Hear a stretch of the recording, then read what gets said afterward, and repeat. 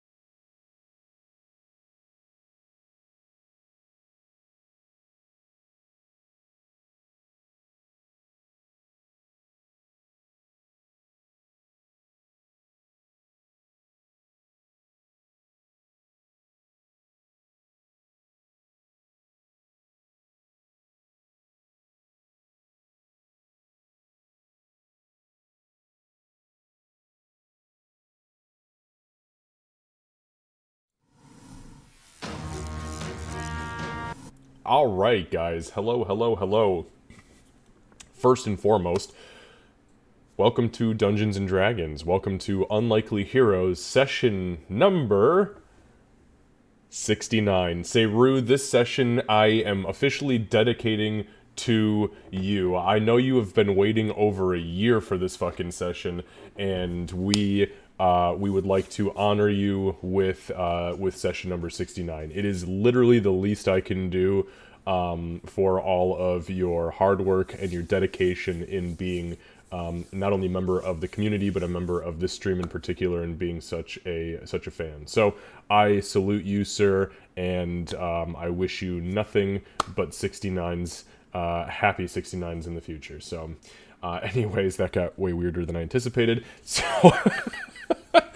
guys, this is session number 69. What we're going to do is we're going to do our regular thing. We're going to do a quick recap, XP recap, and then we're going to dive into it. As you can see, combat is literally like, we're like right in the throng of combat here. So we are going to do our absolute best to work through this mess in Poodoo here and kind of see where it goes. So, without further ado, let's jump back over. I would hate to see a sad 69. Oh god, a sad... Yeah, I mentioned happy 69, but it didn't. I didn't intend that they're saying specifically that I wish you happy 69s is that you would get a sad 69. But I guess, you know, I guess I have to accept that now, and I have to think about that. And I'm sad now. Now I'm sad. See. Okay, let's go ahead and jump over. Let's jump over to a session recap. And we'll catch you guys at the end. Lucy is going to share a story with us at the end about a one-shot that he played today that involves him playing as a Minotaur Barbarian. I'm very curious about this, so before we raid tonight, we will allow Lucy to share said story. So, without further ado, let's dive in.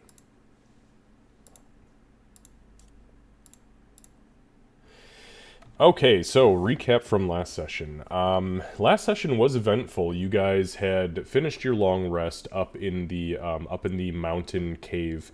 Throughout the night, some pretty crazy shit went down. Some more weird, like throw yourself into the fire sort of shit, but instead, like, you know, jump off of the cliff sort of thing with Aurora.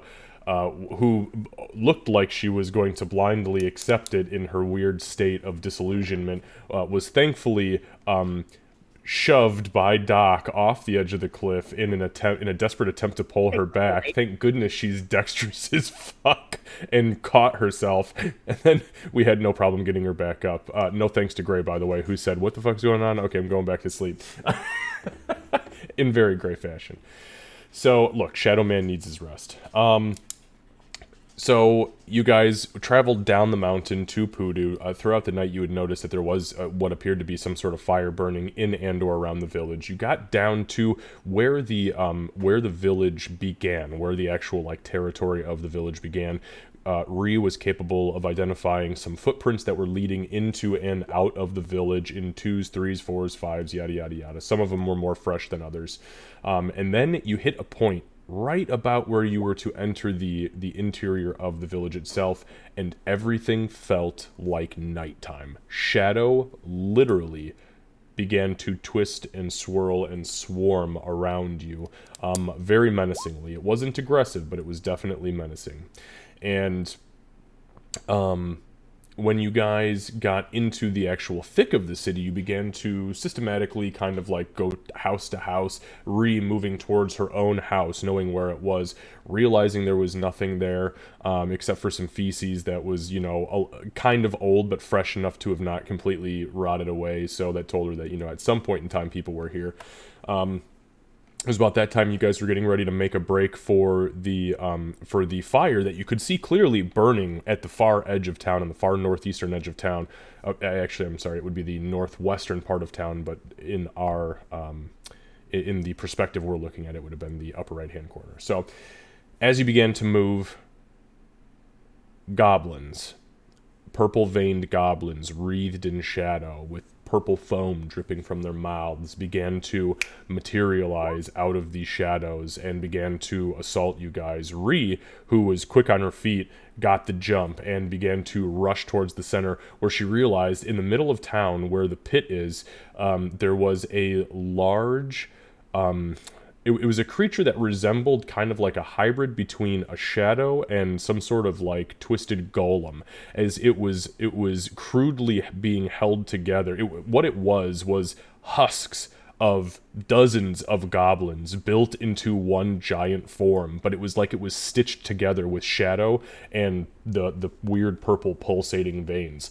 Thankfully, after one round of no fucking thank you fighting that thing, Doc, in her infinite wisdom, called upon Garl, who agreed this thing should probably not be here, at least for the time being, and she banished that bitch. Rude, by the way, but banished that bitch out of this plane of existence for the time being.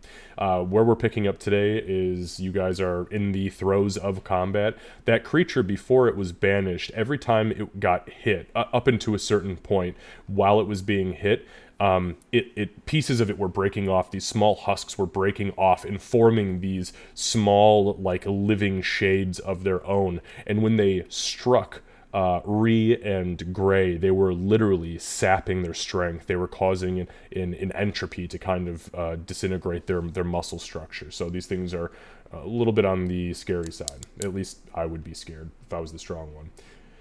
So that's what we're going to pick up tonight. Just for clarification's sake, it is Friday, the 17th of Jutet at 1 p.m., about 1 p.m. And our XP recap from last time, it was a base RP XP session because we hadn't completed any combat stuff or done anything particularly extra. So last session was 500 XP for everyone, which put Gray at 39,306. Aurora at 38,544, and the remaining two at 41,374. All right. Any comments, questions, or clarifications for me? I'm still in the pink All right, bubble. perfect, guys. And what we're gonna do is we're gonna fire up the. Kat asked a question. What were you saying, Kat? You're in the. Oh, I'm sorry, Kat. I didn't hear anything. Well, that's not a great sign. I asked if I was still in the pink bubble of horribleness. Is anybody else hearing Kat? I heard her, yeah. You can I hear heard it. it. Yeah, She said she's still in the pink bubble. Hold on, I literally cannot hear anything.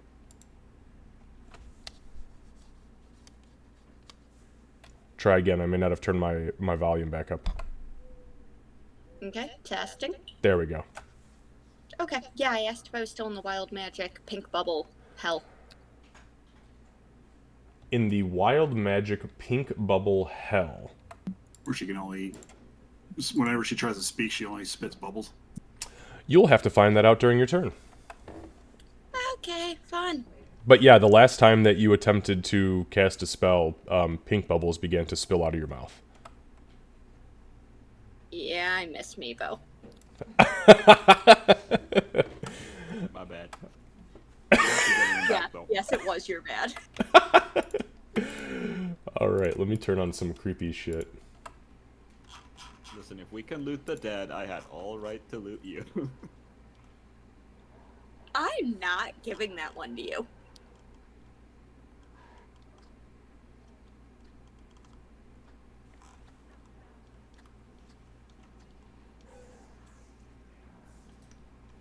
That's right. I forgot how much I hate this. I forgot about the I'm so hungry. It's so funny. My daughter called me out on that, by the way, because she heard me recording when I was doing this. And it was super random, too. It was like Thursday of this last week when she's like, oh, yeah, that's right. When you were upstairs doing that thing last week, did you say, I'm so hungry? That's not how you say it. And I was like, it was for dramatic effect, but yes. Yeah. Do you hear the little bit in there, too, where it goes, num nums? Yes. I did. Yeah, it's horrific. Okay. So, combat is where it is right now. We currently have Gray being pursued by a shade and a goblin. However, he is invisible at this point on a greater level, if I'm not mistaken. Like the fence. Yeah. Yes, you did. Ree is surrounded by 3 of these shadow-infused goblins. as well as one of like the little mini shadowy husk things, and Doc and Aurora are each currently engaged by one. So, top of the round, Ree. Okay, well, yeah, Ree doesn't like that fucking husk thing, so she's going to try to dispatch that one first. Oh, that's one that sapped your strength, right? Oh, yeah. Yeah. So, yeah, I have been modifying that too, so it should be, Yeah, you're at what, Minus like an 4 11 right right now? Yeah. yeah. I'm at Oh yeah, that did happen, didn't it? Yeah, twice. Oh, I just looked at my strength. Fuck. Yeah, you got hit too, man. Sucks real bad. This might be where I die. Wait, actually, wait, so potions is an action, right? Yes. Okay. Alright, so, yeah, she's not going to... Oh, I already action searched. Never mind. Okay, yeah, she's going to whack twice at the shade thing. Okay, perfect.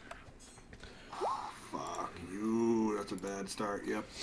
That's a nat 1. Yeah, nat 1, definitely not. So, like, as you swing at it, you see a face of somebody you recognize. This was one of your town's medicine men. And as you swing at him, his whole body just vanishes for a second. Your hammer goes straight through him, and then he rematerializes in front of you. Oh, fucking hate these things. I'm gonna try again.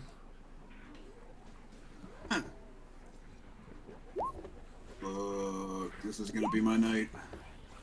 You manage to hit it, but as you hit it, it just kind of it almost like borderline evaporates part of his body and then rematerializes. You did not manage to land that blow. Okay. Shit. Okay, so Ree will use her bonus action to nimble escape. That's a very smart move. Yes. Yeah. Where is she gonna go? I know she's gonna be followed by these guys almost immediately, but she doesn't want to abandon. She's gonna go by the shed over there.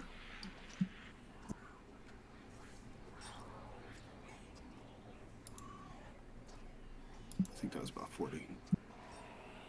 Got real weird. Okay, yeah, that was 30. All right, Ree, hold on one sec. Oh, okay.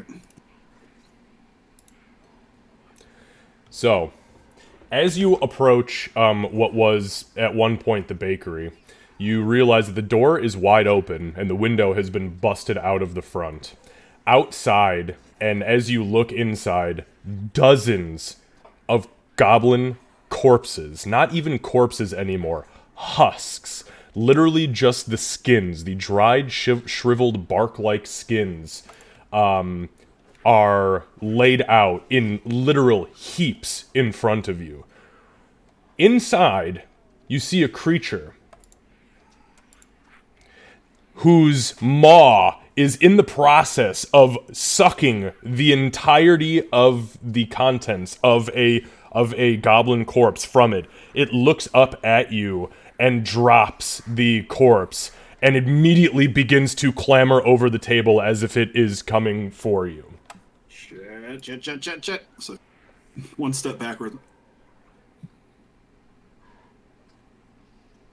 And that's it for her. All right. That brings us to the shade. Now, Nimble Escape, if I'm not mistaken, that allows you to take Disengage as a free action, and then you can still move? Bonus action, yeah. Okay.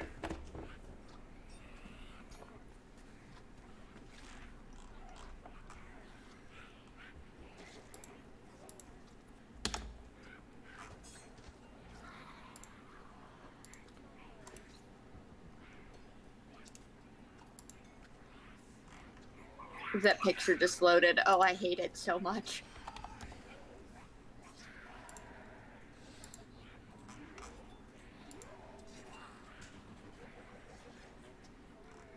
All right. So, okay, so this goblin is going to attempt to pursue you. That, unfortunately, is going to have to use most of its extra movement, so it does not get to do anything else. the shade.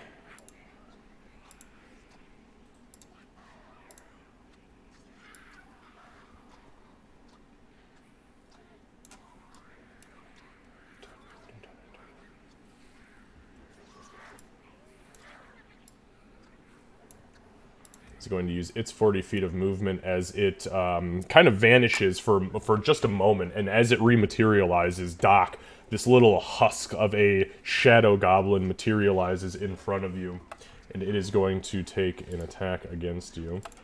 Try to.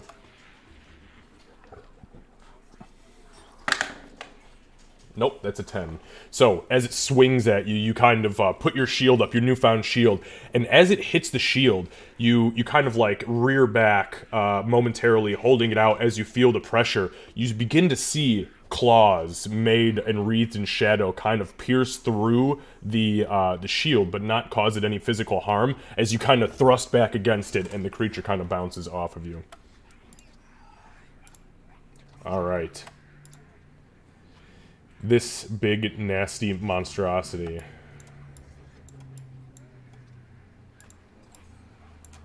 Oh god, I gotta move goblin corpses to get out.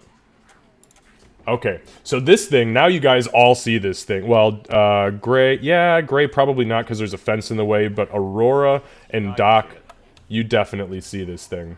So as you see this thing come out, what I just showed you guys on the screen is literally what you see. This huge gaping maw and these big, wide, webbed hands. It is grabbing for Ree furiously.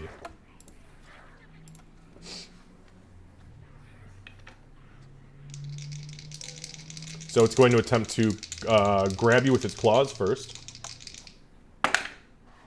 It's gonna try to eat me, isn't it? And that's a 16. Yeah, that's my AC. Okay. And that is...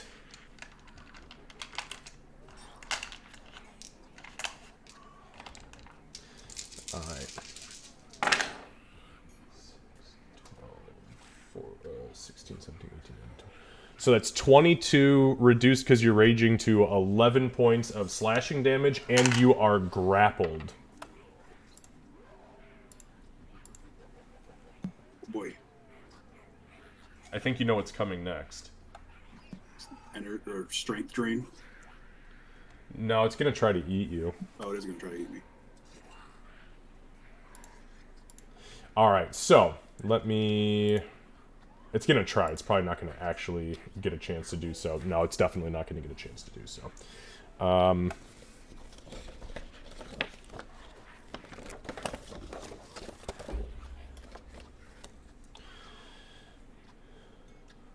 Okay, so, it's gonna try to bite you. Okay, yeah, that's a 22 for the bite. So, you take...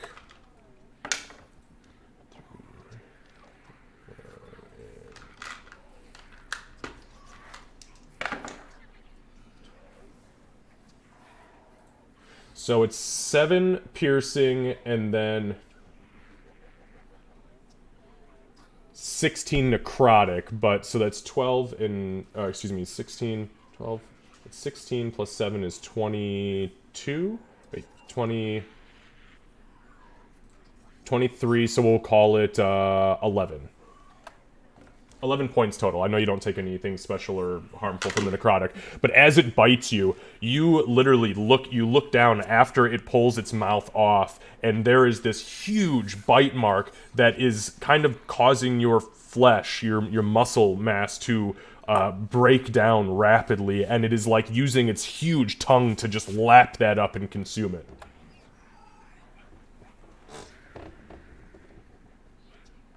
Alright. So that's going to end its turn.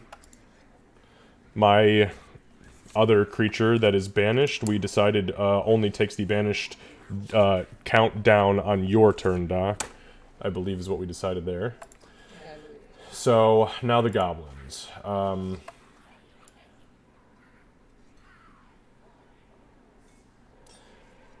Okay, so again, he uses all of his movement to get to Ree.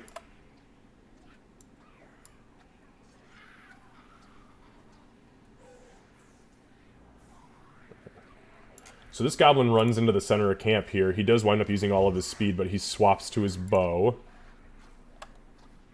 Gray, you are currently greater invisibility.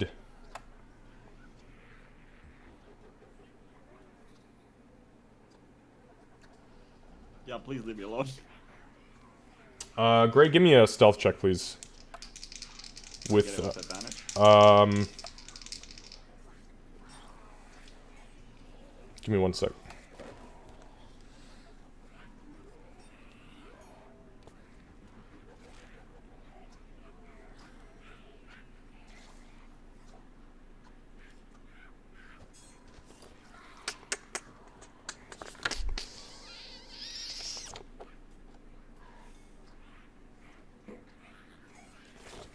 Yeah, just give me 1 sec. I want to take a look at something that may actually benefit you more than that, but bear with me.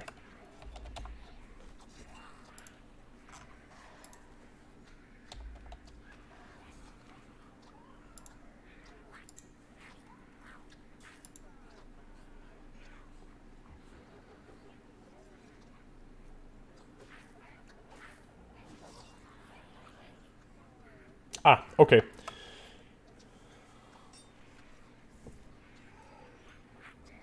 Okay, so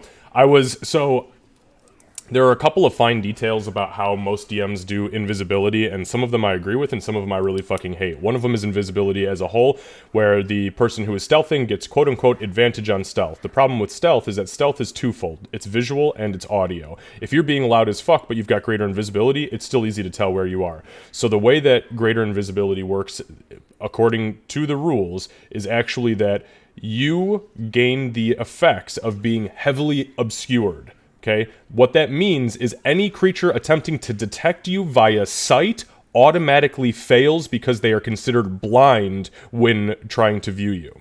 So it's not even a matter of advantage at that point. It's a matter of when it's looking for you, it automatically fails. So the only thing it has to rely on is sound if it can hear, which a lot of creatures in D&D cannot hear. So go ahead and just give me your stealth check, and we'll see what happens.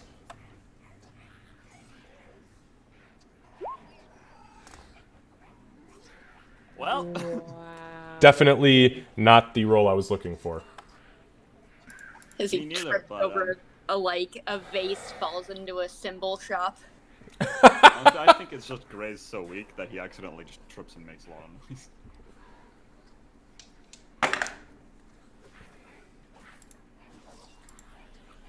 Because my strength is a solid 2 right now.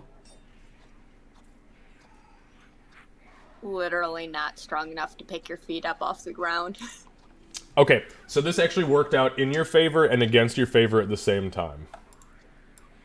So this shade creature that was looking for you, as you climb over, you let go and just kind of crumple to the ground. As you do so, your head bounces off of your drum, making a loud boom. This thing melds through. The goblin on the other side, it looks behind it, not entirely sure where the boom came from, and does not appear to be attempting to pursue you. The thing in front of you still can't see you, and does attempt to attack you, and this it does do with disadvantage. Wow.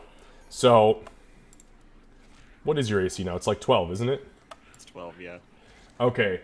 So, I rolled with advantage. I kid you not. I rolled a nat 1, which negates itself, and then I also rolled a 10.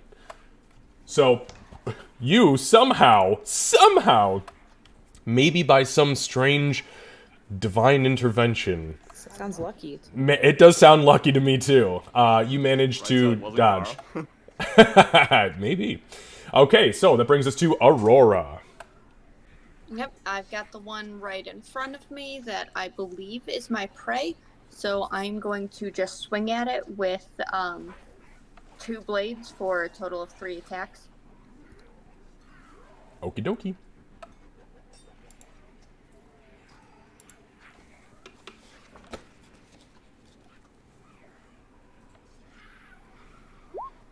Holy crap, that wasn't slow-mo, and I was very concerned for a second. You found a good spot in the house. That internet's like, hey, I got you. Yeah, I will. I'll take it. Okay, so a 13 unfortunately does not hit. As you swing at it, it gets its short sword up in time to parry the blade. That's okay. We're gonna swing again.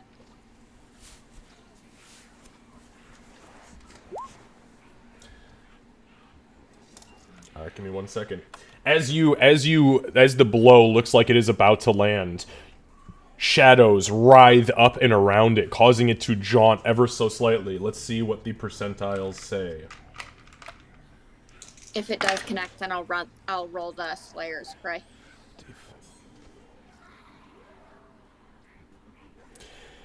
So, it does draw the shadows up around itself enough to throw your blade off ever so slightly, and it just barely misses. Okay, one more with the dagger. All right. Yeah, no. Unfortunately, no. You slash at it with the dagger, and it kind of takes a half of a hop step back, and now it's glaring at you, the purple glowing foam frothing at its mouth as the pulsating veins start to writhe like giant caterpillars in its neck. Well, I don't trust myself to be able to speak at the moment, so I'm gonna simply make an obscene gesture at it, and that will end my turn. Okay, how... Nah, it's okay, I got it. It's obscene. I almost asked how obscene, but I know, I got you. Well, It's she obscene. Yeah, I can't just flip it off because that would imply that I liked it. So That's it has to be worth that. yeah. She does this. Yeah. Okay, so all right, so the goblin that just drew its bow. Hang on here. Did we miss?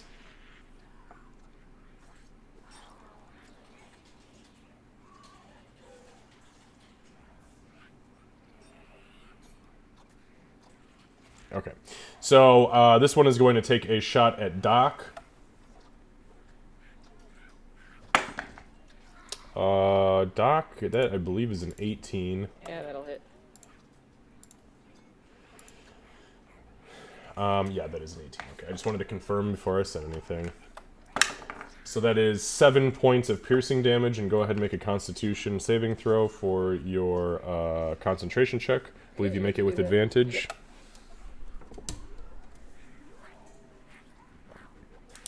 Thank goodness for that. Oh, nat 20 is perfect. Okay, no problem. All right, so That's the high roll we really needed. yeah, keep that other thing banished. That's a good idea. Okay, so then Doc, the goblin immediately in front of you, is going to swing at you with a scimitar. That is a 17 to hit, Yeah, that hits. and that is for 7 points of slashing damage. And go ahead and make another concentration check. Oh my god, Doc. Wow, okay.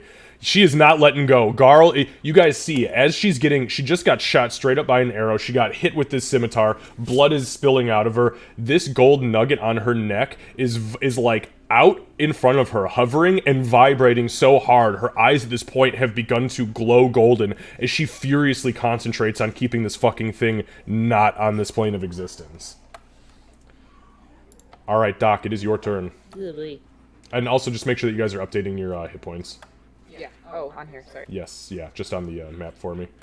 I have like little bars to see what everybody's at, just so I have an idea. Okay. These aren't looking great over here. I can see Ree, right? Like I could see what happened to her. Yeah, you've got a pretty clear line of sight on Ree. Yeah, you saw that thing. Like, Ree was, like, running past that house, stopped and looked in. You saw her look up. She started to back the fuck up, and as she backed up, this thing came lumbering out of the house, picked her up, just, like, slammed her against the wall, and then took a huge bite out of her. And now you see its tongue is, like, lapping up the necrotic sludge that is the bite wound. Okay. Okay,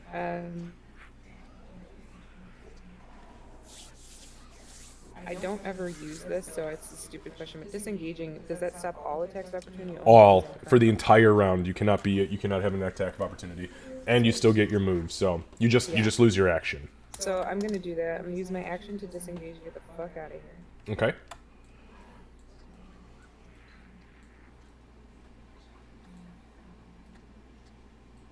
And then I'm gonna use my bonus action to cast Healing Word Okay. at second level. Not bad. Sleep. 9 points of healing, and that is on myself. You're casting it on yourself? Yeah. Okay. So, as you do that, as you cast the healing word, the nugget vibrates and this pulse of golden energy spins around you, grabbing onto the most critical wounds and cinching them closed. As you glance across and you hear this thing whisper out to you. Yes, hungry. And its mouth begins to foam with like this bubbly red blood-like liquid as it looks past Yuri at Doc, seeing the healing effect take. Its grip then gets about twice as strong on you as it begins to violently shudder, almost as if with excitement. I hate it so much. All right. Anything else, Doc? I think you've done plenty. Thank you. All right, so this goblin over here, actually, it lost its audio roll and it automatically fails its visual because it doesn't know where the fuck Gray is. So it's gonna go fuck off. So fun fact, I've noticed by watching the stream and looking at my... I can't see that goblin, and there's one shadow creature that I cannot see on my map for some reason. So you have a visual, you have a line of sight, you have a 180 degree line of sight. All characters are set to that. If you spin them around, if you spin your character around in a circle, you should at some point be able to see them unless they are being obscured by a wall. No, the shadow creature was with Ree, which I can see in that area. And the creature, purple thing behind me, I did spin my character around. And I couldn't see him, I could just see that shadow creature. Okay, that's weird. I see I have it all open on my side, and I've got all of your guys' open visuals, and I see everything just fine. I can see the yellow dot on the one that's directly in front of me, but I can't actually see the one that's directly in front of me. So, but I don't want to touch roll 20. I was just assuming it was my side being stupid again. Yeah, that is a little strange. I'm not entirely sure. I honestly, I don't have an answer for you. The only thing I would suggest is in Roll20 where you're at, next to where it says app.roll20.net, the little the security icon, click on that and clear your cache, and then refresh the page, and that usually fixes that issue. Then you should be able to see everything, no problem. I know because I've dealt with that bullshit too many times. I am not going to touch it right now just because it's Yeah. actually loaded for me, Sure. so I will try it later. Okay, that brings us to the creature that is directly in front of Aurora. That is the goblin. It is going to attempt to slash at you.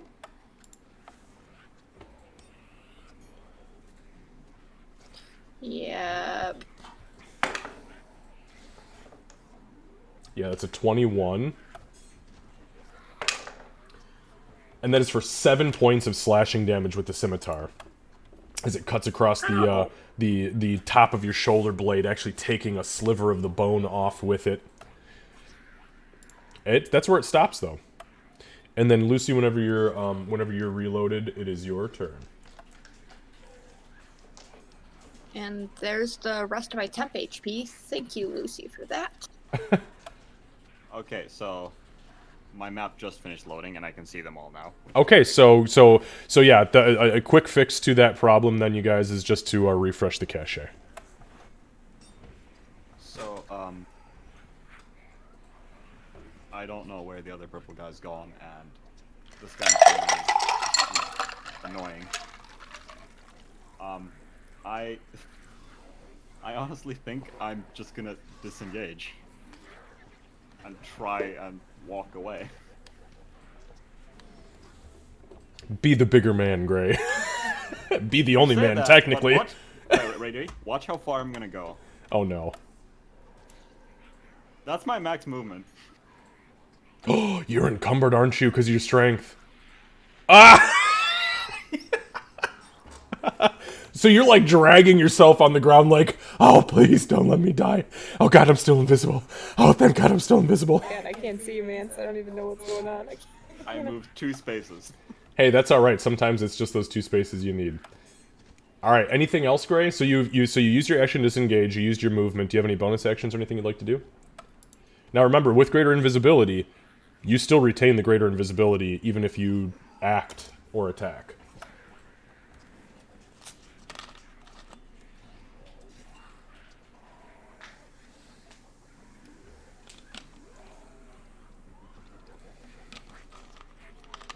Nope, there's nothing I can do. No one's in range.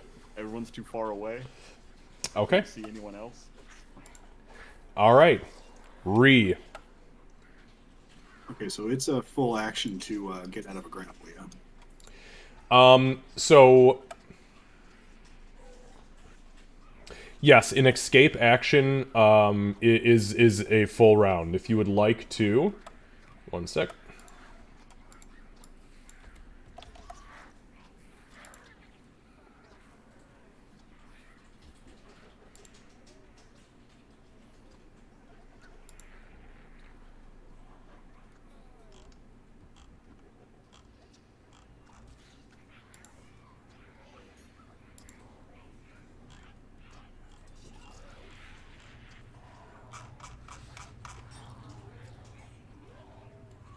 Okay. Yep. So with the attempt to escape, you can make an athletics check to try to break yourself out, and that will be your full round action. All right, but attacking this thing, how will that work with my two-handed weapon?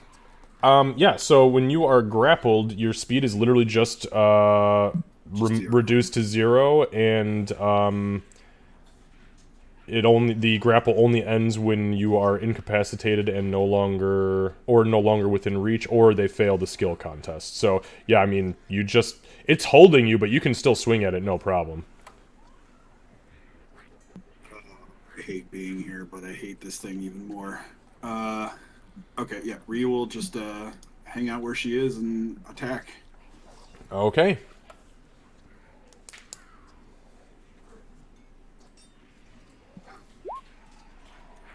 Is that it? 13 does not hit. It connects, but this thing, like, you just like bounce off of this weird rubbery hide that it has. Okay, one more time. There, that hits it. I hope. 22 does hit, yes. So it's also not factoring in the +2 rage damage, so 14 total. 14? Okay. So, even, and that's bludgeoning, yeah. So,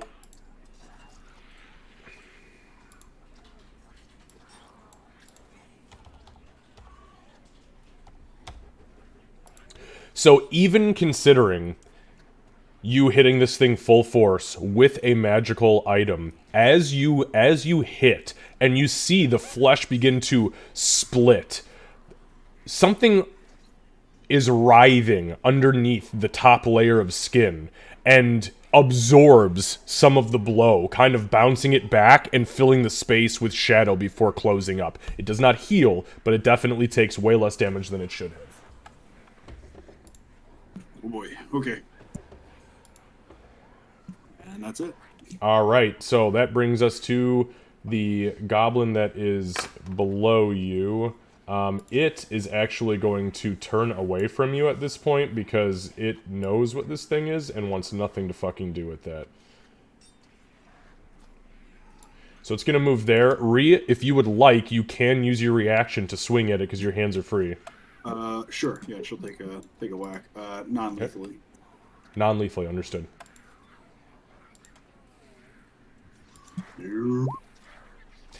No, She's rolling amazing right now.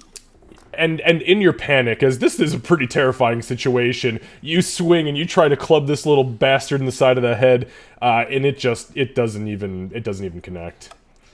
Okay, so Doc, this thing is going to try to swing at you with its short sword, and that's only a 12. So no, as it lunges at you, you deflect again with your shield. All right.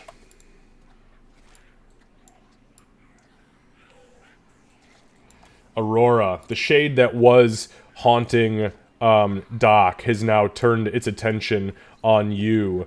No, that's not necessary. And as it approaches, you feel a cold claw begin to descend upon your back. That is a dirty 20. Okay, but what if it wasn't, though? What if it just missed me, you know? I hate to tell you, that was also max damage. That's 14 points of necrotic damage. Ow. And your strength is reduced by 4. Until further notice. As the claw hits you, you literally feel like the energy begin to get sapped out of you. You look down and your already pretty spindly arms atrophy visibly as you watch. Within seconds, you feel weak. Your knees begin to shake. You begin to pant and breathe heavy as this thing is attempting to consume your life force. Okay, how do I do that in D&D Beyond? If you select there we your go. strength, yeah, I know all about I this. know. If you select your strength box, just click that, and there's a other modifier box. You just put your minus number in there. If that makes any sense. Yep, we're good. I hate it, but thank you. Yep, me too. All right, so. Ree, the creature that is currently holding you, is looking at you ferociously hungry. It is going to attempt to attack you again with its other claw, and as it does so, you feel it just kind of hone in on your life force. And that's a nat 20.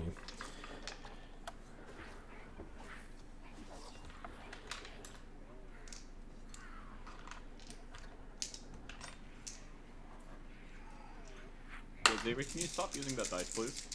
Dude, I've got all of my dice in this tray, and I roll a different one every single time, I swear. And there's Was like that the baby there's one? like 30 sets in here. No, I don't have the baby one.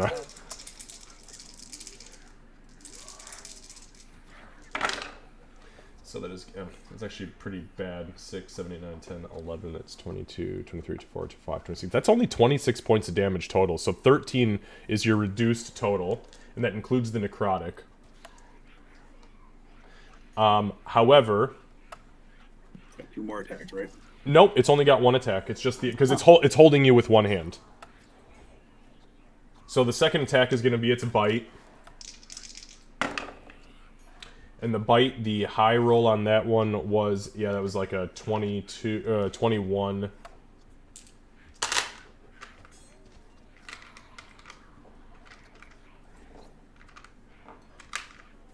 So this time, in an absolutely horrific display, as it, actually, you know what? Take that damage back. I rolled that wrong. I accidentally rolled the bite damage, and it's way different. You do not want to take what I just rolled. So add that 13 back. Okay. And yeah, wow, and look at that. Out of the 4d6 I rolled for the claw, 3 of them were 1s. So that's 6, 7, 8, 9, 10, 11, 12. That's 13 divided, so you only take 6. I apologize about that. That was totally my bad. Okay. However, the bite, as the bite hits, and Doc, you see this. Gray, you can kind of see what's happening, but you're so weak you could barely lift your head. Aurora, you're not having a good time. You're probably not paying a whole lot of attention.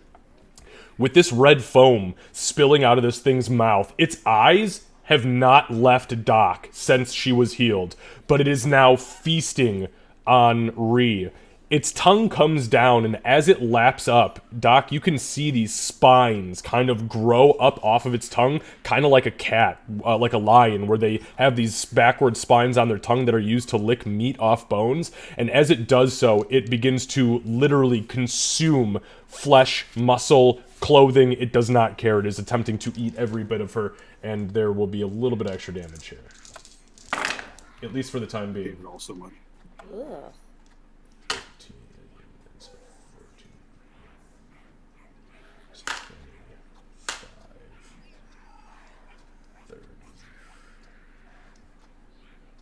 This is very quickly becoming very brutal. So that is 46 points of damage total. 3/4 of that was necrotic, so we're going to call that 23 points of total damage because of your resistances. And it is literally licking the meat off of Ree's bones.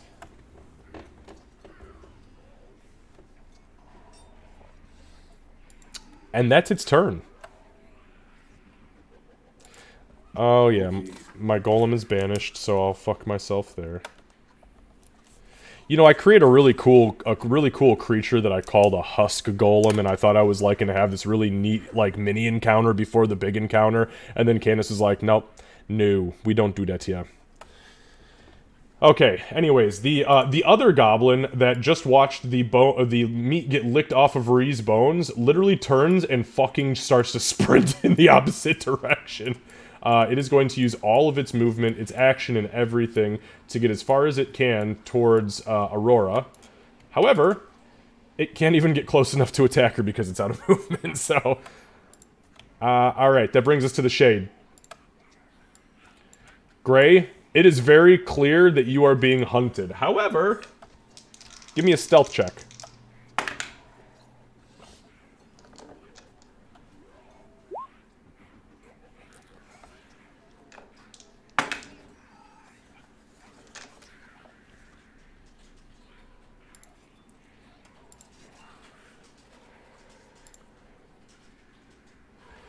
Okay, so I rolled a 12 total with my disadvantage. What's your AC?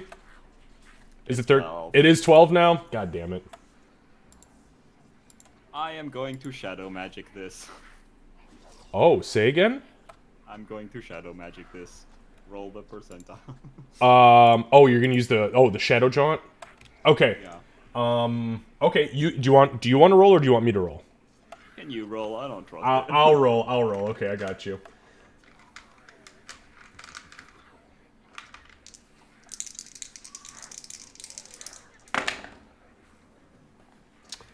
$30.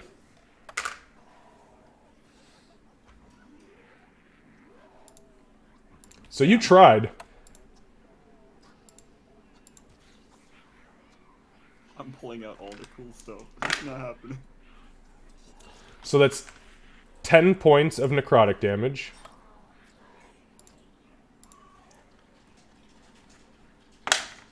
And 2 points of strength damage. I'm at 0. You're at 0? That's 0. I had 2 strength.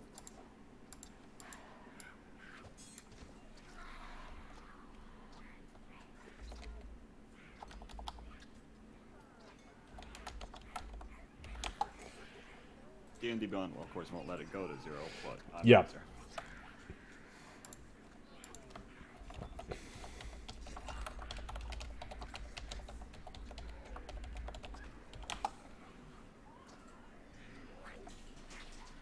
All right, so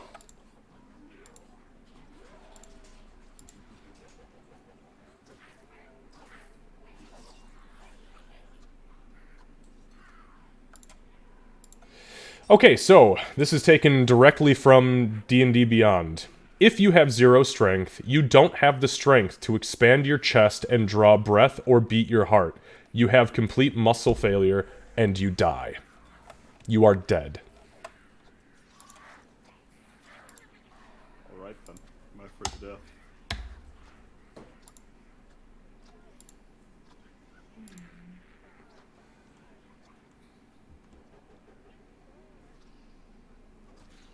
I'm trying to decide if revivify or if we take back to the druids. So what happens as the rest of you are locked in this ridiculous combat, Doc, you being the one who has pretty much the advantage here with being able to see everything, you're like, fuck, I lost sight of Gray. You see this shadow creature come down. There's a burst of like shadowy energy and you're not sure where it came from. It's like it writhes up and around Gray momentarily, but this thing is on him. As it touches him, you see his cheeks sink in so far. His eyes literally sink in so far that you almost think he's lost his eyeballs. His eyes go wide and then close, slam shut immediately as you hear an audible "Ugh!" And then he just stops moving, and the shadow creature turns and begins to move through the fence. Aurora. Okay. Before I swing, I want to think inwardly in the same way that I normally do to Meepo and just ask for help. It's a desperate, like, can you help kind of thing. That's the first step, and then I'm going to swing at the ones in front of me. Make your choice based on what your interaction is with this creature. I will leave this up to the character. Make an intimidation or a persuasion check.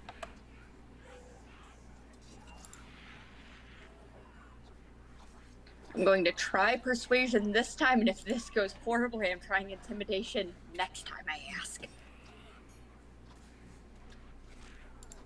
Okay, go ahead and give me a roll. Holy shit. Yeah, That's a good okay. fucking roll.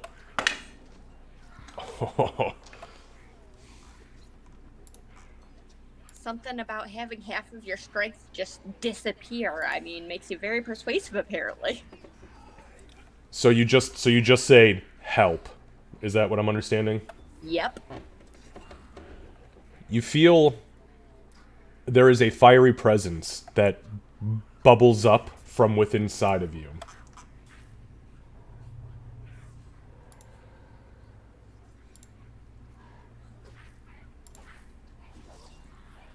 One moment.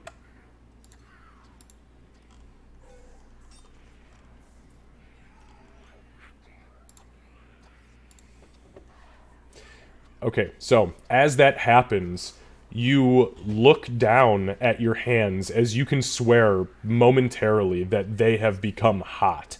As you look down, a single red scale, large red scale, about a quarter the size of the center of the back of your hand, appears on both hands, and you feel heat emanating from your fingertips.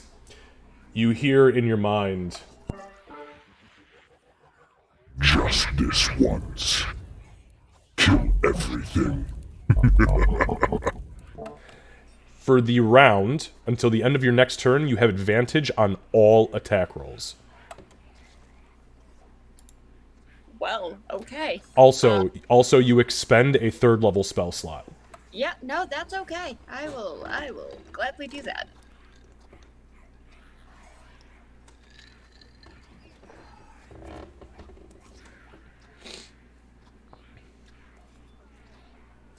Okay, I'm going to start by swinging at the one directly in front of me.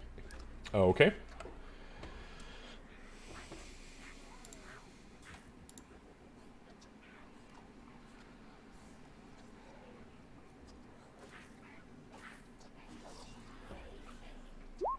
I will also be using my Piercer feat to reroll that damage, and then also adding in the Slayer's Prey if it hits, obviously. Ha!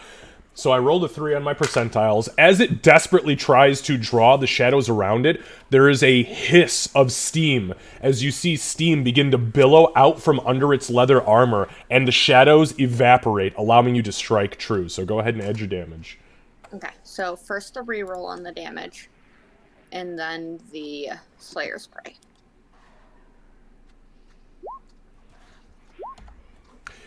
So, with a blood-curdling yelp, you slit this thing's throat, almost to the spine, as this purple and black blood spills out. It flops on the ground for a moment, and then stops moving. Well, she's going to... It's a very she-like laugh mentally, and then she's turning her attention to the other one, stepping up and continuing to murder. To attempt to murder. Don't get cocky. Hey, I can blame whatever the thing in my head is. Now, just so you know, moving out of that Shade's attack range is going to give you an attack of opportunity. Are you okay with that? I was thinking that it was no longer there. It's still there, yeah. Okay. I wasn't turned enough to be able to see it. Aha! Visual range. It's okay, though. You can take the step back if you want to. No, I'm not moving from this thing. Just need to turn my light just a little bit. Stupid halfling guys. Okay, can I attack that one? Oh yeah, yeah, it is there. It is a physical creature. Yep, then I'm going to attack that one.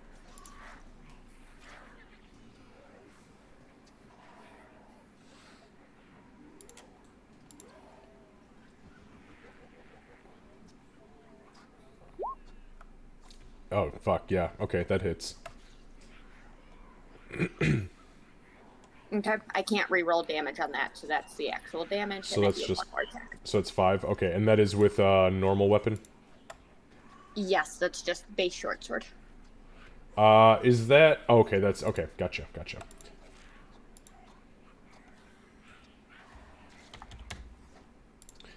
Oops.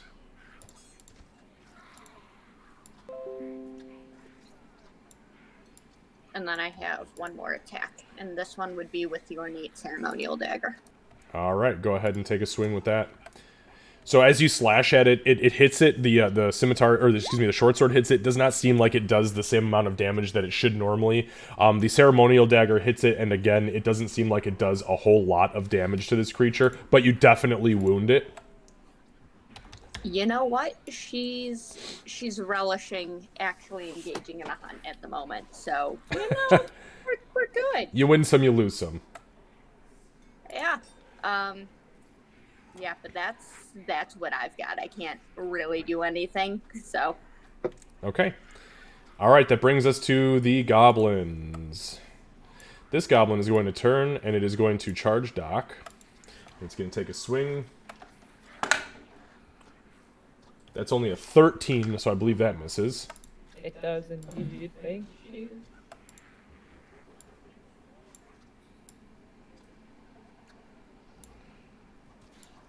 Okay, this goblin is going to run up and engage Aurora with its short sword. That is a 16 to hit. Which Misses! Well, You're a 17, aren't you? I'm a 17 because of my ice dragon scales, which I don't know if I still am a 17. So, that is actually a good question. Let me pull my notes up because I have That something in was here that's very specific for entirely- that. Yeah, it was entirely due to my draconic resilience because I'm not wearing anything but base clothes. Give me 1 sec.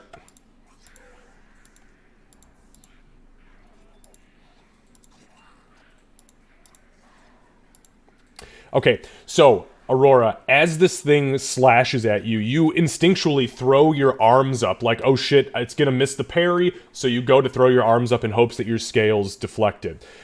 Your clothes take a nasty, probably 6-inch gash down the length of your forearm. As you look down, you realize your flesh has not been penetrated. You instinctually take the tip of the ceremonial dagger and you peel open the gash in the clothing. There is a large swath of dark red dragon scales on your forearm. Doc, your turn. Okay. I have a question. Oh boy, here we go. With banishment, if, let's say, something you want to banish has something you don't want to banish in its clutches, if I banished the thing... Just tell me what you want to do. I want to banish this thing, but will it banish me too? It's a single target, so I didn't think so, but I wanted to confirm.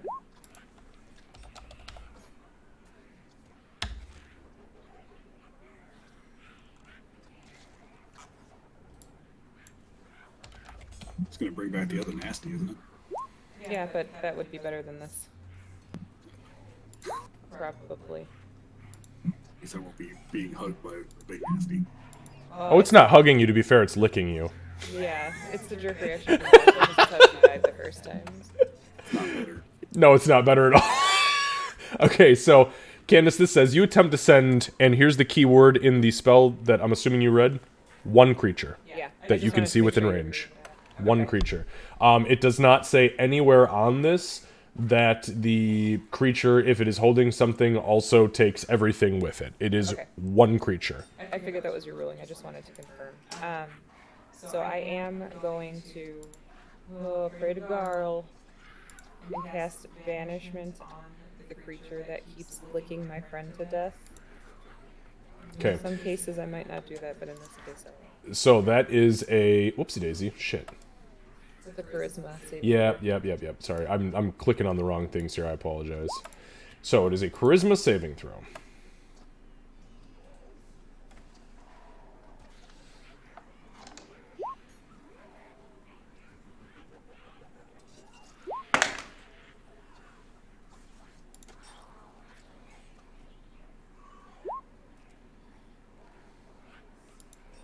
And fuck you.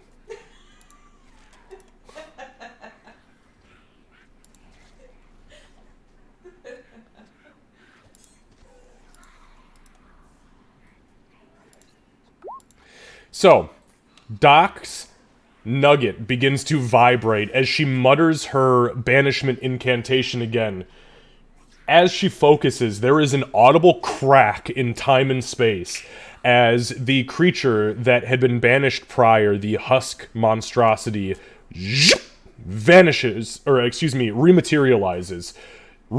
As the last of the flesh on the front of your body is being lapped up, you see the creature in front of you's eyes turn back to you, and then its brow furl as if it is legitimately worried. It begins to scream out at you, "No!" before its entire existence dematerializes from this plane. Starting my count over. Yeah, I've got the counter here too, so. Okay, and then...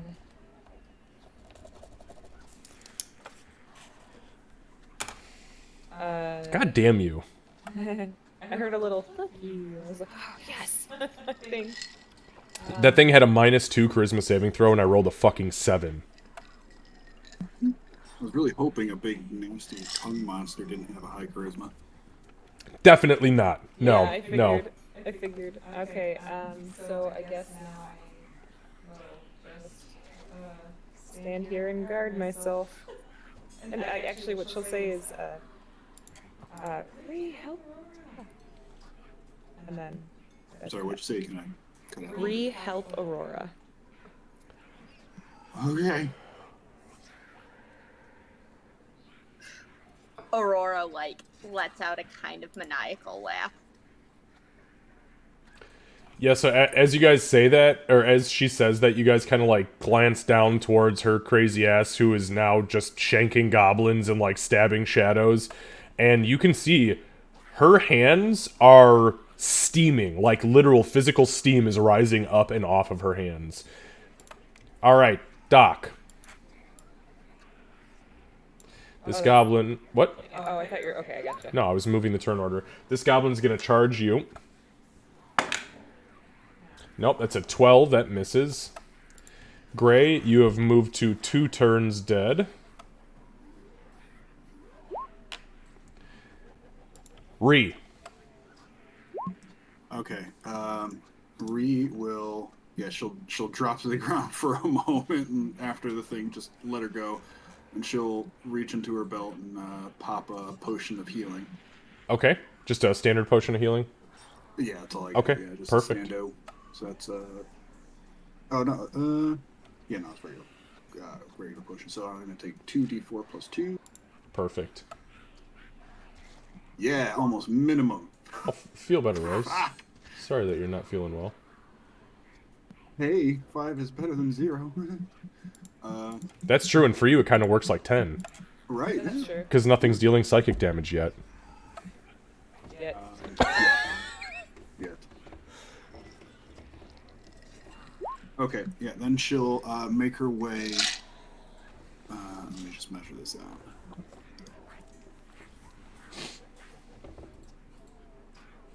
Okay, she'll make her way there. Okay.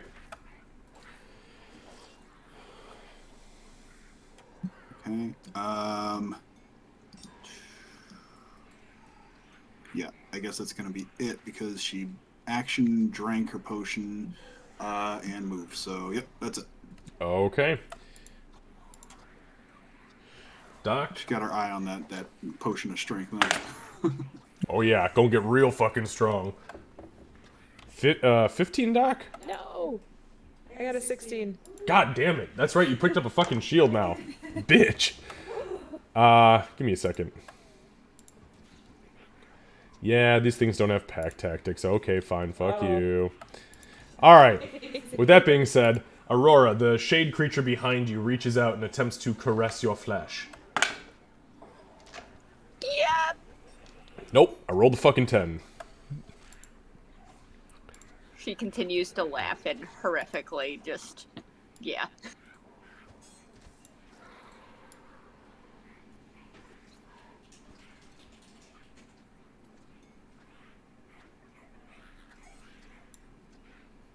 Doc. The shade creature, knowing the source of its banishment, and it's whisking away from the plane that it was bound and created to fight, turns towards you and begins to approach. As it does so, now mind you, just so you know, it does still look pretty damn wounded from when Ree whooped the shit out of it in that one round it was, here. It is going to... It wasn't me. It is going to... Oh, god damn it, that's right, it already used its Screech, so that can't do anything. Okay, fine, I'll just attack you, I guess.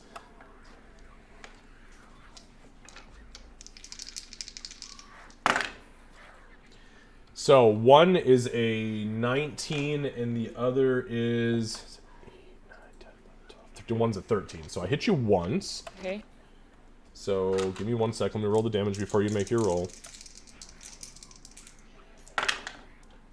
5, 6, 7, 8, 9. That's 9 points of necrotic damage as it hits you, and the strength from your body literally begins to flee. I need you to make a concentration check, please. Not a problem at all. Yep, nope, you are just fine. Okay, that's literally its turn. That's all it's got. Alright, Aurora, the goblin that is in front of you, that was trying to get to you last round, that couldn't quite make it, is gonna make it now. And that's a fucking 7, so I missed you there. It swings at you, and you're in your jam. You're like, oh, I'm in the heat of the moment. Parrying as much as you can. If Aurora ever starts singing, just kill her. Noted. Gray, Just take push her note. off the mountain. Yeah. I mean, we could switch anytime.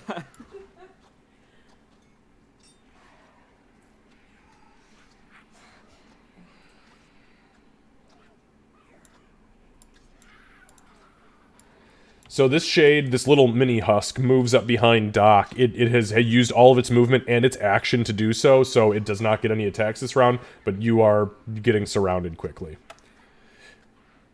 Aurora. Aurora's going to, mentally say, thank you, and, something about them being prey. And then she's going to attempt to continue to murder. One on the... I'm gonna make the one on the left prey. The goblin or the shade? That is a very good question. Let's do the goblin. Okay, understood. Alright, so you mark it. You see the purple pulsing veins in its body, as it does have a heartbeat. It is alive. Wonderful. Let's aim for that heartbeat. And I only get 2 attacks because I'm losing my bonus action due to making prey. Yes. So, 1. Ew. 12 unfortunately does not hit. Even though you see its weaknesses, it throws its short sword up and parries it. Oh, you want to dance, little goblin? Let's try again. Nope, it dances very well. It does dance pretty well, yeah. And to be fair, you're getting kind of surrounded, and the heat thing is kind of wigging you out a little bit. And it does manage to circumvent your attacks. Anything else? Nope, she's just ready. She doesn't know what the fuck this red dragon bullshit is, but she is riding it out. All right, Doc. The goblin to your immediate left takes a swing at you and rolls an 8, missing you completely. Aurora, the goblin that you just swung at, takes its attack against you with its short sword for an 18. That does hit. Yep. And that is for 5 points of slashing damage. All right, Doc. Yeah.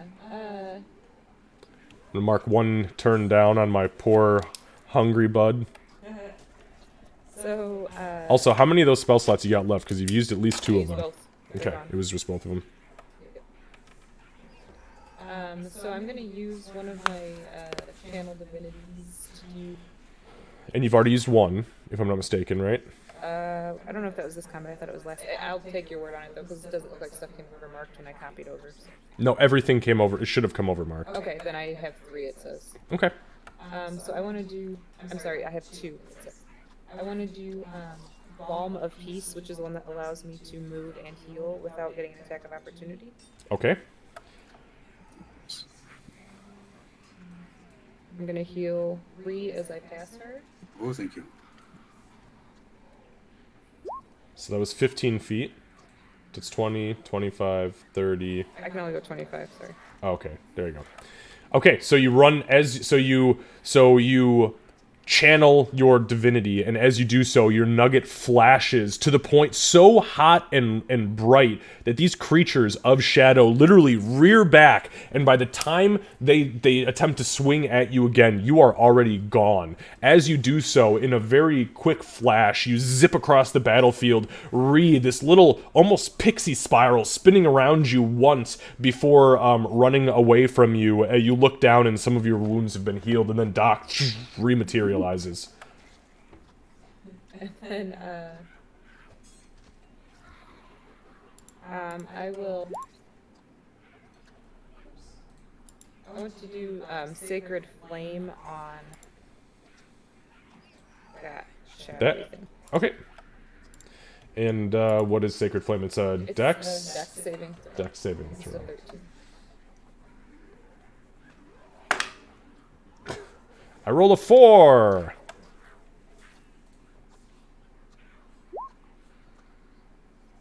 17 points of radiant damage. Of radiant.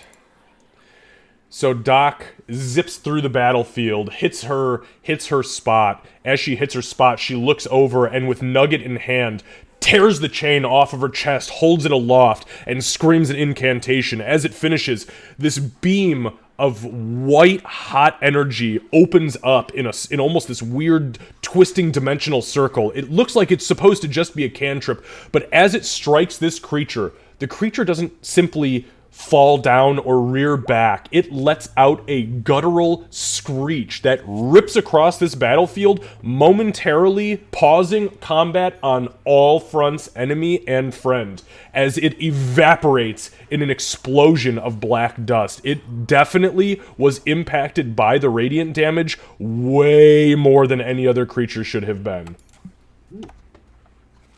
And with that, snuffed out of existence. Yes, thank you. That was a big boy.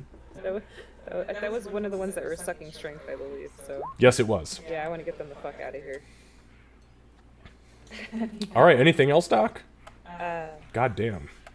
no, no, I used my cantrips. Yeah, hey, that was a good cantrip to use. Yeah. All right, Ree. This little shit goblin is on ya. It's on ya. I rolled a nat 1. It's Not on. today. No, it's freaking out because of the weird, like, you know, explosive gnome thing. Great. It's like when you eat a bad burrito. We just call it the explosive gnome. Hate it. I love it. Yeah. I hate it. All right, great. Turn 3. Ree. Oh, okay. If I drink a potion while this guy's on my shit, does he get attacked? I know this isn't Pathfinder. He does not. No, no. Yeah, don't worry. I got you. This is the good one. You drink to your heart's content. She's gonna chug her potion of frost giant strength Holy shit. Okay. because she doesn't like this whole being weak shit. She's strong as fuck, boy.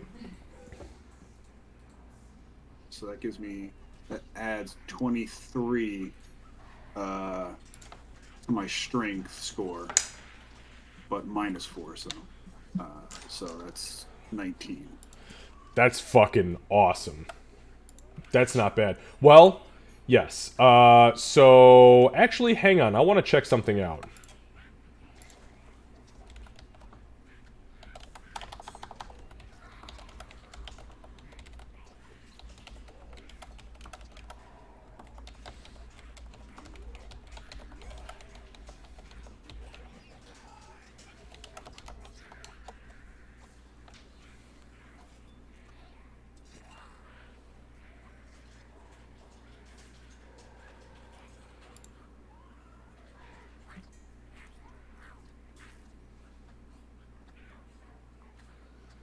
Wait, or does it just make my strength 23? Oh yeah, it says when I drink a potion, my strength score changes to 23 for 1 hour. Yeah, I'm reading a couple of clarifications from the devs here, because that's what I was just... I knew how it read, and I was curious to know how it impacted it. So this is the way it works, according to the devs. Your strength has been reduced to whatever it's been reduced to because of the shadows. Right. You drink this potion, and it immediately negates that strength and magically puts it back to whatever that potion's value is. So if it's 20 whatever, that's your strength score. However, from that point, it can still be reduced, and after you lose the effects of that potion, the reduction will go back to wherever it was until you figure out how to fix it. But that was the case, yeah. But at this point, you not only don't have that strength reduction active, but you now have more strength than you started with. So, Ree pounds this fucking potion, slams the vial down, not even intentionally. She meant to put it in her belt, but she's so fucking strong, she just yeeted it at the earth, leaves like a quarter of an inch impact in the stone underneath her, and her muscles just beefy, hairy as shit, just a big monster of a goblin. Holy fucking shit! In the distance you hear, "Oh yeah, brother!" That was the most perfect use of that potion. Yeah. I couldn't think of a better time right now with all these strength-sucking fuckers. So yeah, she'll just kind of flex and growl at this guy, because that's all I really got. All right. Alright, yeah, no, it's fine. Okay, so this little shit runs up to you, this little goblin guy, and he rolls an 18 to hit you. Yep.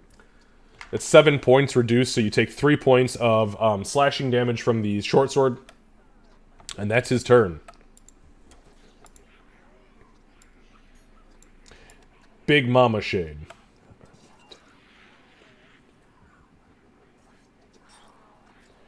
God damn it. I had to use more than all of my movement to get past because these two fucking goblins were in front of it. So you got lucky this time, damn it. It's gonna move here, though. But yeah, I had to double move in order to get there, so it does not get any attacks this round. Lucky for you guys. Alright. Aurora, the goblin to your immediate right, is going to slash at you, and that is a 9. 13, which I believe misses. Ah, I knocked all my d10s over. No. You guys take... Hang on, let me do some math. I'm just kidding. I think the goblin... It doesn't count if it hits ground. I know. Candace, you don't... I got it. No, because if your head comes up and knocks everything else off, I'm going to be not happy. Okay. So, thank you, though. I appreciate your effort. I didn't need the d10s, to be fair. And you guys should be thankful for that. So, the last of the little shades comes up, and it swings at you, and I rolled a 2, and that misses you by, like, many points. So, that brings us to Aurora. Aurora is not sure what the fuck this dragon thing has done to make the combat swing in her side of the field, but she is grateful, she is laughing, and she is stabby. Stabbing at her prey first, of course.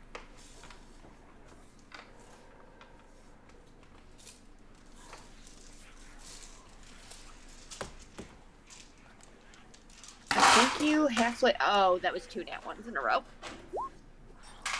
was starting to say thank you, halfling luck, but no. Yeah, I was gonna say, it sounds like your halfling luck just ran out. You know? You know what's sad? I think since you've been a halfling, this has happened at least twice now. Yeah, more than that. It's statistically improbable, but you know what? But here we are. I'm stabbing again. Okay. And I will be re-rolling that damage if I successfully hit. Stupid fucking D10s. I picked them all up, but like, what the fuck? I gotta stop getting excited and swinging my arms. Kevin, will you stop flailing? No! Okay, so. Your prey attempts to draw the shadows in around it. Hey, now I need percentiles.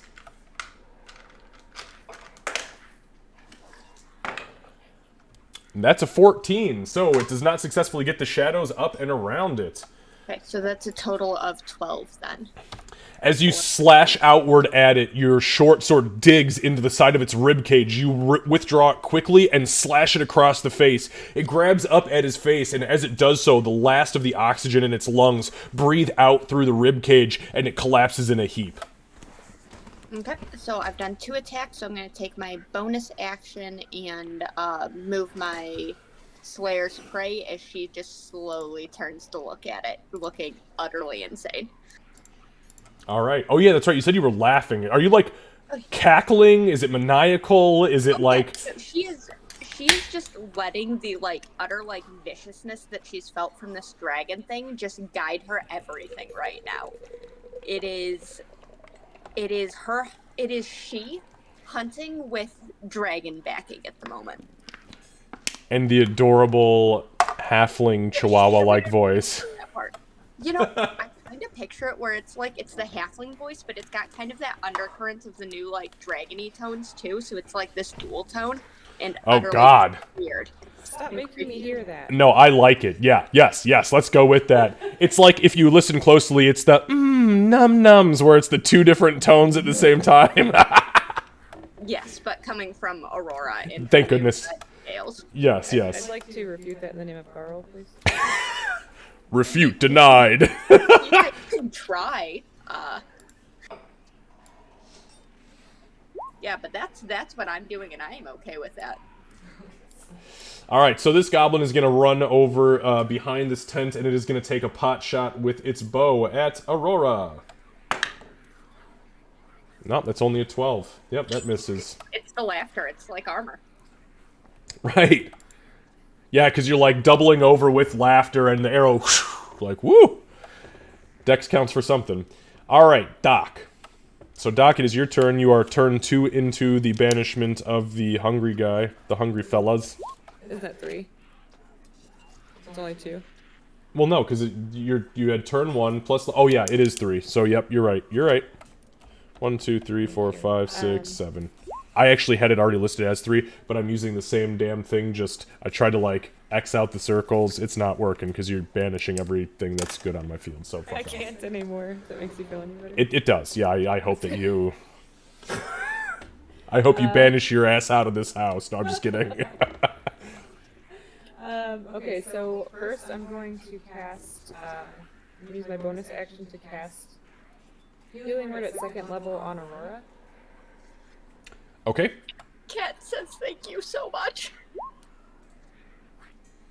Yeah, decent. And then I'm going to use my action to cast Sacred Flame on the big scary guy that is coming for me.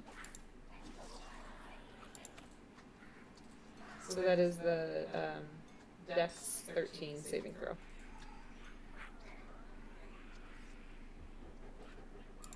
Okay, give me 1 sec.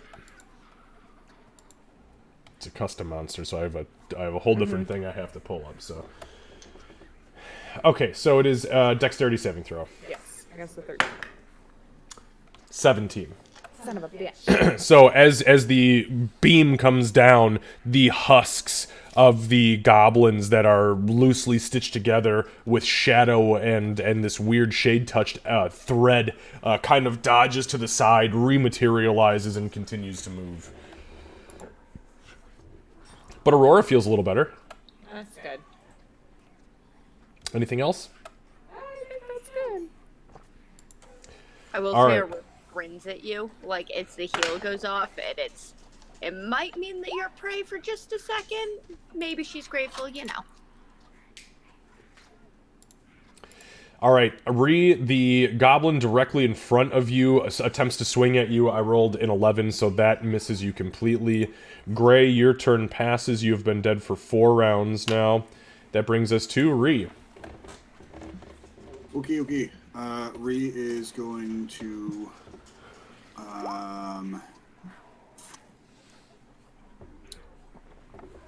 Okay. Ree is going to... sidestep here. I know there's going to be some attack of opportunities there. If I shove, I'm trying to aim for Doc to be shoved back this way. Okay. Is that possible from where I am? Yeah, I mean, you can absolutely shove Doc. Now, just so you know, though, if Doc moves out of the attack range of this creature, it can take an attack of opportunity on her. Oh, even if it was involuntary? Absolutely. Okay, fuck. Alright, never mind. She'll just whack at this guy then, twice. Okay.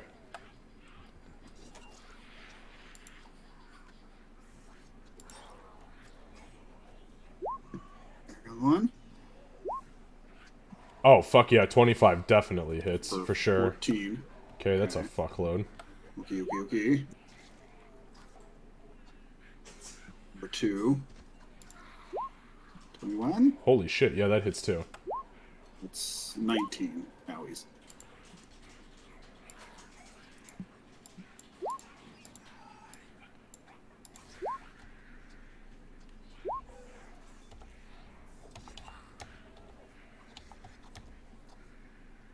It's nice having a 23 strength.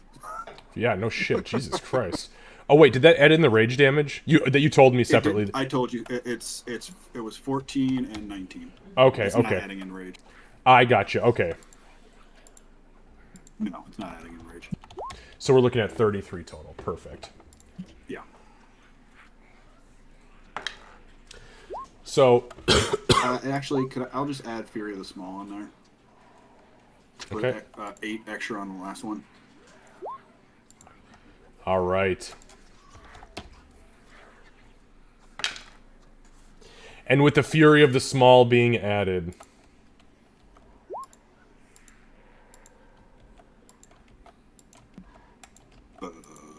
the creature begins to deteriorate as you begin to smack the husks off of it, and the additional damage pushed it just to the threshold where it got to roll one more time for more husks, and the husks hit the ground and immediately animate into shades. But you have fucked this thing up bad. But there are so many more strength suckers. So funny. Oh yes, there is. I don't feel proud about this one. Kill it. So at this point, just so you know, you have knocked out over 3/4 of the husks that this thing was created out of. Most of them have hit the ground and just vanished or deflated into shadow, and only a couple have managed to rematerialize as these things. So that's silver lining, I guess. You're saying they could have been worse. It could have been worse.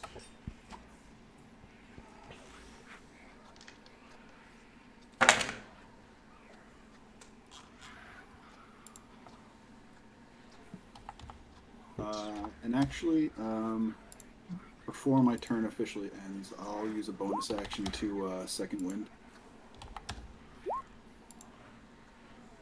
Get myself Okay. that sweet D10 back. Okay, 8 points back again.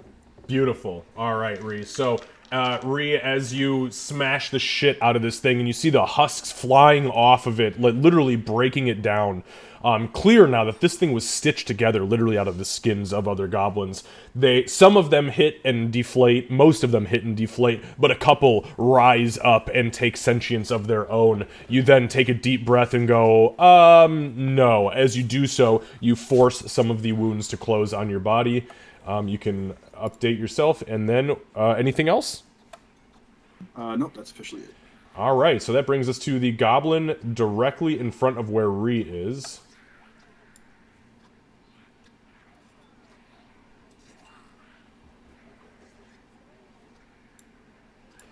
It has to use its action to double dash and go all the way the fuck around these things, because now there's too many enemies for the fucking field to be effective. Alright, so, Big Mama. Big Mama Jamma.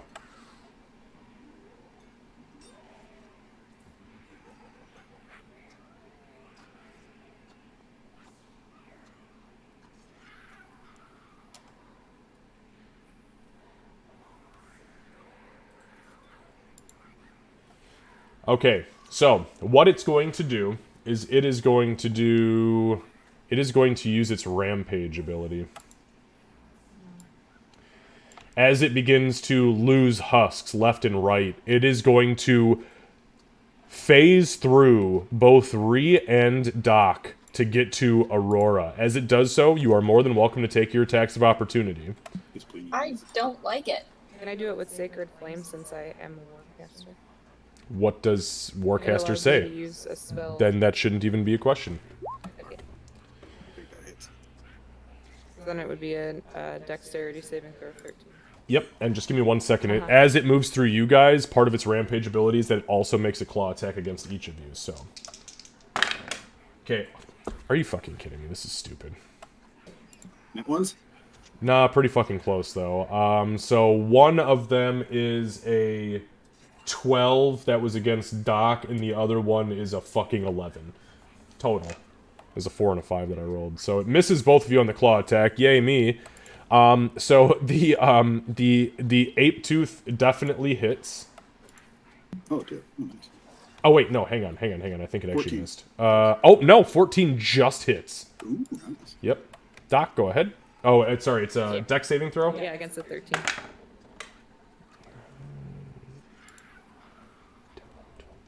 Exactly 13. Son of a bitch!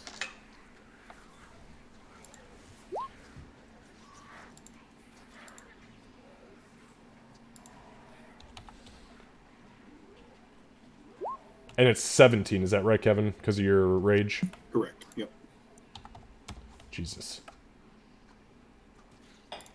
All right. 23, baby. Yeah, that's not bad. So, Aurora, it has reached you. It is going to make one claw attack against you, which is, yeah, it's a 22 to hit. Yep. And that is going to be...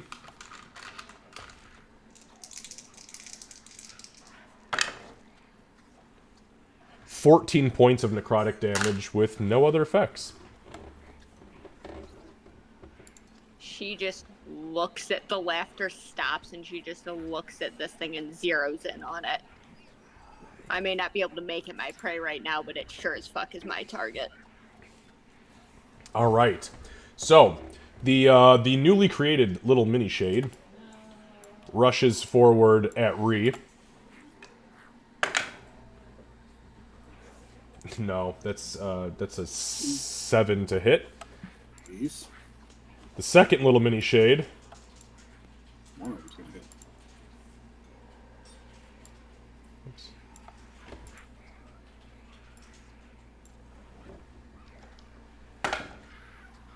hit. No, that's an 11. Ah! I hate it. Alright, the goblin that is currently Aurora's prey. That's an 8! Oh, how the turns have tided. Alright, Ree, the shade behind you in the upper left-hand corner. Dude, I swear to God, I just rolled a 7. Ooh. Aurora, you guys better count your blessings. Don't count your blessings before they hatch. We do have one dead character, so. That's true. That's a pretty fair Yes. trade-off. To be, Just You already right. counted that blessing. but it's just Gray. He had this coming for the last year and a half. And how beautiful is it that he dies on session 69? All right. Listen, not only have I had this coming, but I had bragging rights for not dying for so long. Too long. Despite my 36 Too long. HP. That's true. All right, Aurora, what are you doing? So I recognize that this new threat is a threat, but I'm still going to try and kill the goblin, because when it's my prey, it's my fucking prey. Understood.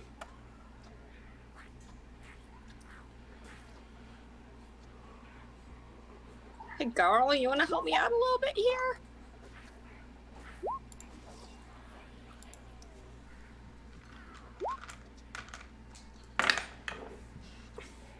So, you swing down at it with the short sword. You feel the blade preparing to pierce. It writhes in shadow, and as the shadow spins up and around it, your blade cuts nothing as it rematerializes in front of you. That's okay. That was just an aim. We're just gonna try this again.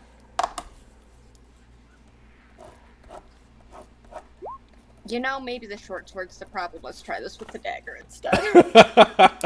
It doesn't pull the shadow around it this time, but yeah, definitely a you thing.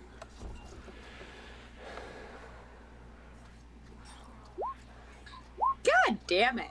Garl, I made a prayer once. You didn't need to do this. I don't see it yet. What was it? Oh, there it is. 13. Okay. Yep. She's probably a little preoccupied by 13 the new hits. 13 Oh, hits. This one is not wielding a shield. It's just a short sword. Okay, then Yep. I'm gonna add an extra 6 to it. Bloop. So as you miss twice with the short sword, swinging wildly at it, you realize that this is not the way, and you lunge forward with your dagger, piercing it in the open part of the throat. It kind of spits blood and collapses, shrieks for a moment, and then stops moving. And I misspoke. It was an extra 5. I hope it still dies. Oh, it still dies. It died with the 8. Okay. They're just goblins. Yep, that's. I've seen how hard goblins are to kill. They are tough sometimes. Okay, anything else, Aurora? Nope, I can't make the new thing prey until my next turn, so she's probably instinctually holding her very open wounds, but nah. Alright, so the goblin to the north of Ree moves down, and the goblin over here is going to take a shot with its short bow at Aurora. That's for Aurora. That is a 14. That misses. And the goblin with the short sword on Ree, that is a 6, and that also misses. Doc, it is your turn. You are still concentrating desperately. And by the way, Doc, you feel this thing desperately trying to break through your banishment. It does not want to be wherever it is. Okay. Oh man, I got a choice to make. Okay, so I think I'm going to. There's just too many of these fuckers. So I want to use the Javelin of Lightning on this one so that it will affect both of the ones in front of me. Okay. So, alright, give me 1 second.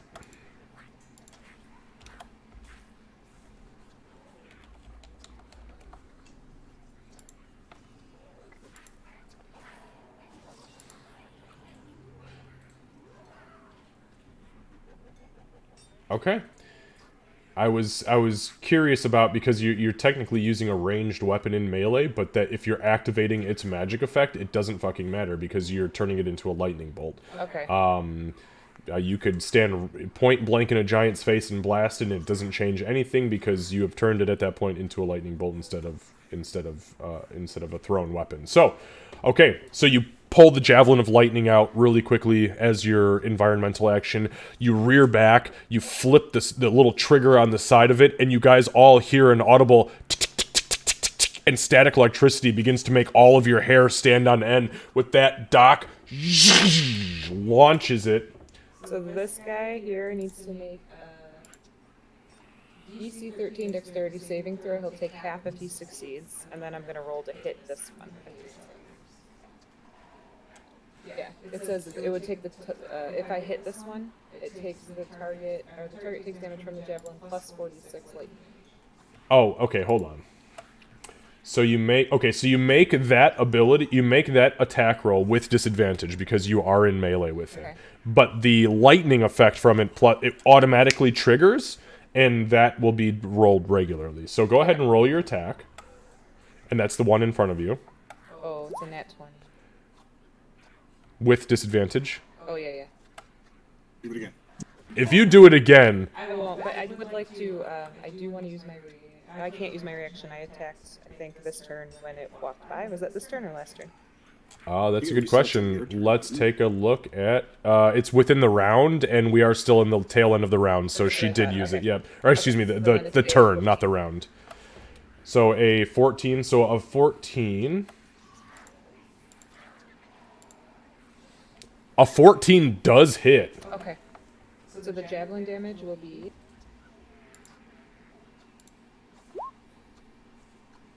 I feel like that rolled a lot. Why? Oh, It's because you rolled. Yeah. Well, no. It didn't. It rolled the lightning damage. If you look at the right, it says lightning on hit. So that's fine though. So it took 3 damage from the piercing. Yep.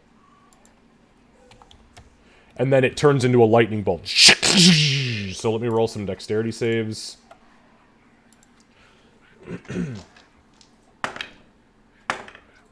So that's an 11 and an 18. So the one behind it sees the it gets hit with the javelin, the one in front of it. The javelin then transforms and blasts a beam of electricity across the battlefield. The one behind it sees that coming and jumps out of the way as best as it can. So it only takes 7 points of damage from the lightning. So 10 total on that one. Then. And then the one in front of you took 3 from piercing, and then it takes all 15 from... No, because the other one doesn't take the piercing. I gotcha, yeah. So, but the one in front of you takes the 18 total. Okay, got it. And that deletes it. You hit it, and as it hits, the electricity, you see the husk seizes up, and it kind of lets out this shriveled scream. As the lightning takes effect, and it evaporates, and the javelin of lightning clatters to the ground. And then... What the fuck, Doc? How are you the coolest character on this battlefield? Seriously. Why do you keep doing this? Only battle that's ever gonna happen. It's because Gray's dead. So I'm going to use my bonus action to do a 3rd level healing word on Aurora. Thank you. That was a very, very good use of action economy. You used your environmental, your regular action to activate a magic item, which had a super awesome effect, and then used your bonus action to cast a spell because you hadn't done that yet. That's pretty fucking... That's good. That's good. Okay, so, yeah, so you use your bonus action, and then you heal Aurora for 10 points of healing. Yep. Alright, that brings us to the shadowy creature that is right next to you, Doc. It is going to swing at you, and that is a nat 20 on my end. That's the first one I've actually rolled with one of these things. I knew it was coming. Alright, so...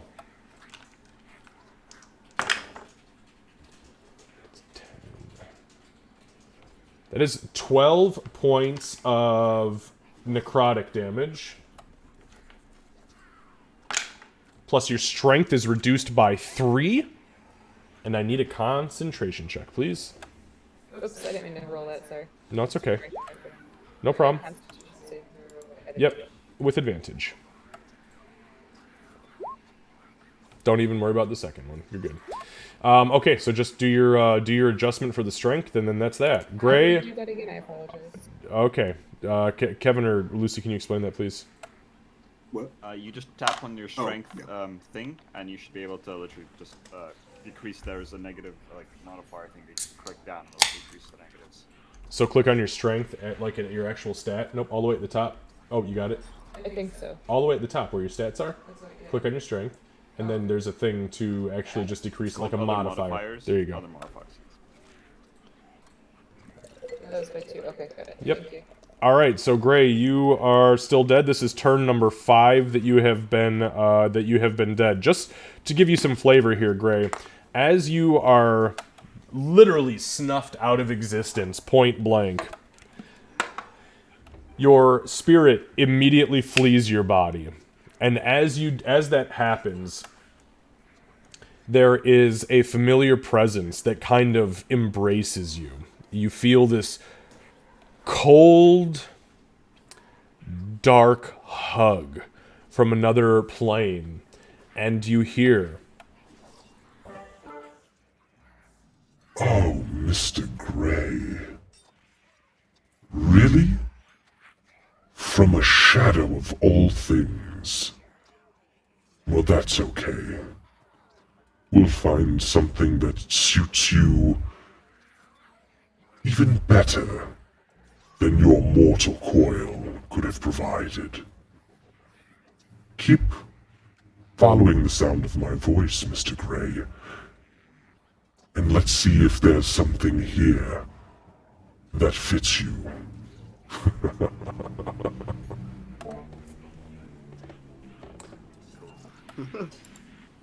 Gray's like, fuck yeah. Send me back as a revenant. I'm going for Beaufort. Beaufort did nothing. Fuck him. Yeah, I'm going after that bastard first, then I'm coming for everybody else. We got unfinished business, you son of a bitch. You pointed that out, right? The gray dying to a shadow. And the first thing that came into mind, it must be my inner bard. But it's going, live by the shadows, die by the shadows. Right, like, the irony, I mean, this, if nothing else, when you come back, if you come back, is going to be the best fucking story. Alright.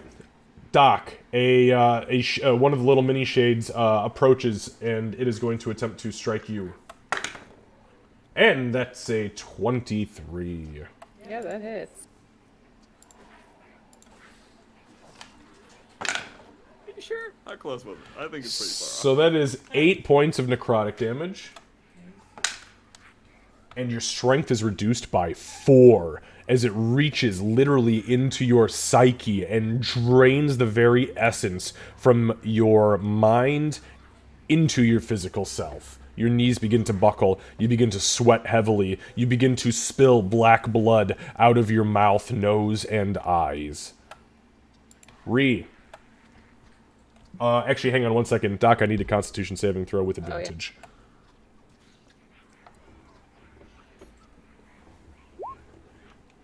Alright, yep, you're good. You're good. These things aren't dealing nearly enough damage. The strength is really the bad part about these attacks, so... okay, Ree. Okay, yeah, Ree will spin around and attempt to whack Big Mama from her backside. Alright. I hope this doesn't make more of those fuckers. Okay, so that's 12 owies. So it definitely hits, absolutely.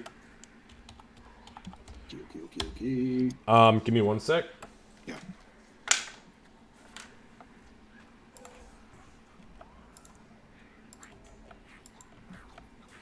And 2 of the husks land on the ground near it, and...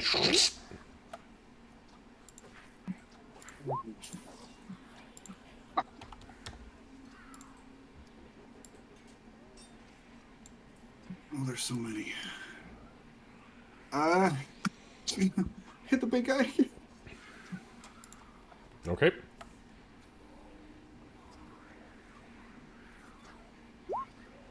Funny. Owies. Please be dead.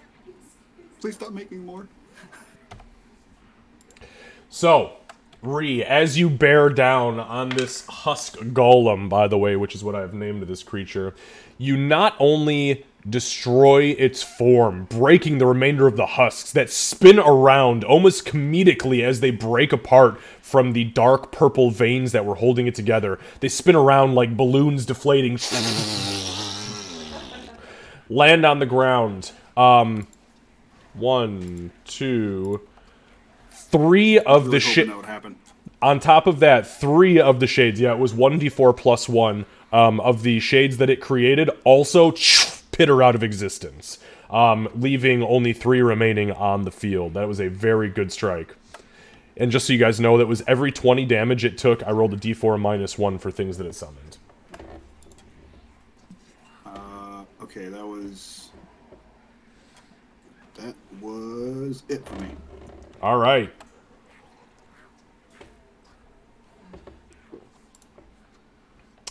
Doc, the goblin to the to the immediate south of you is going to attempt to strike you. That is an 18. That is. That is for 3 points of piercing damage. I'm down. Ooh, that's not good.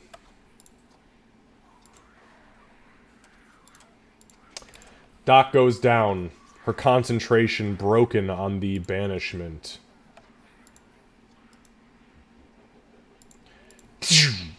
Hungry Boy rematerializes on your plane of existence, looking very confused and very, very hungry.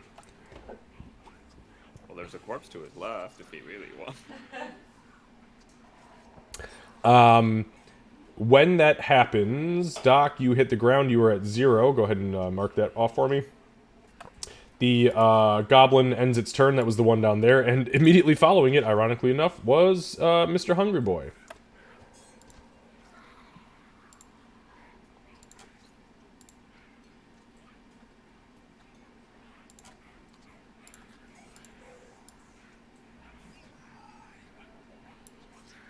Okay, so it's going to move to there. And it's going to double move and then not get any actions. And it's going to get to there. Alright, and then it ends its turn. The shade directly behind Ree is going to attempt to strike Ree.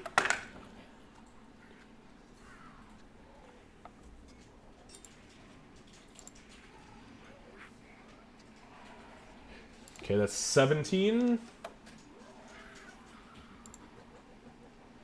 Okay, so with 17 hits, as it strikes you, you take 5 reduced to 2 points of necrotic damage. And you take 2 points of strength damage. Aurora.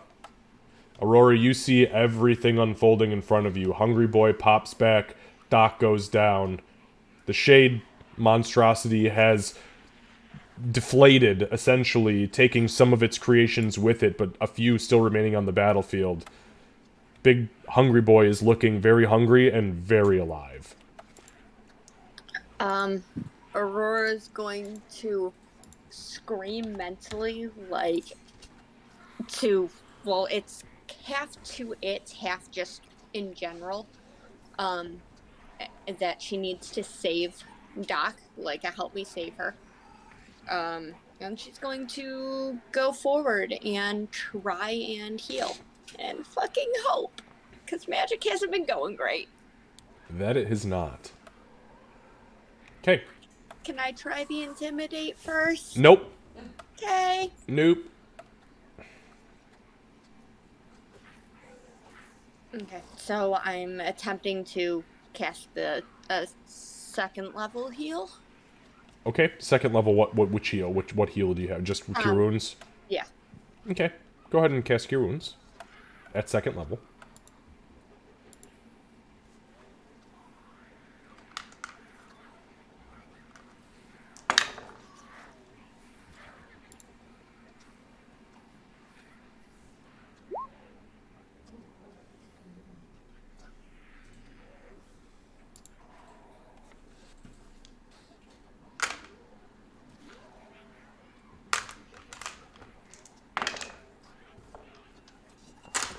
So Aurora lays her hands, one hand, one still holding the one blade, kind of in a defensive posture, lays her hand down on Doc, and she screams this incantation.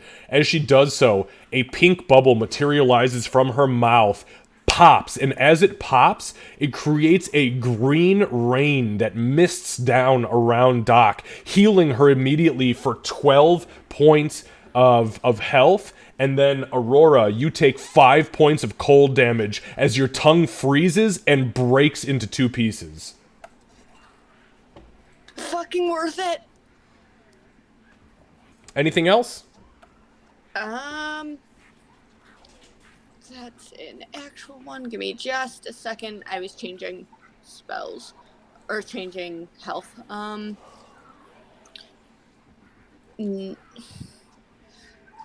No, I don't think there's anything else I can do because I moved my movement forward.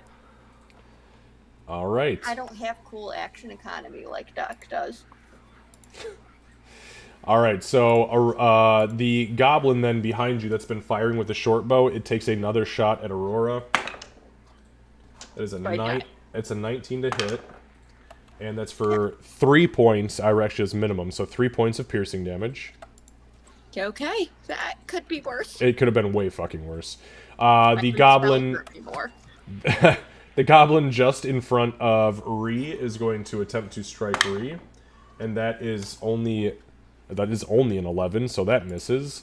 Doc, as you hit the ground, you feel this presence wash over your mind, and it calls down to you. Quickly, my child. Your banishment is broken. Quickly! And the voice fades as your eyes flicker open and you realize Aurora is above you, this mist raining down upon you, and the creature that you had banished to another plane of existence is above you and reaching down. Okay.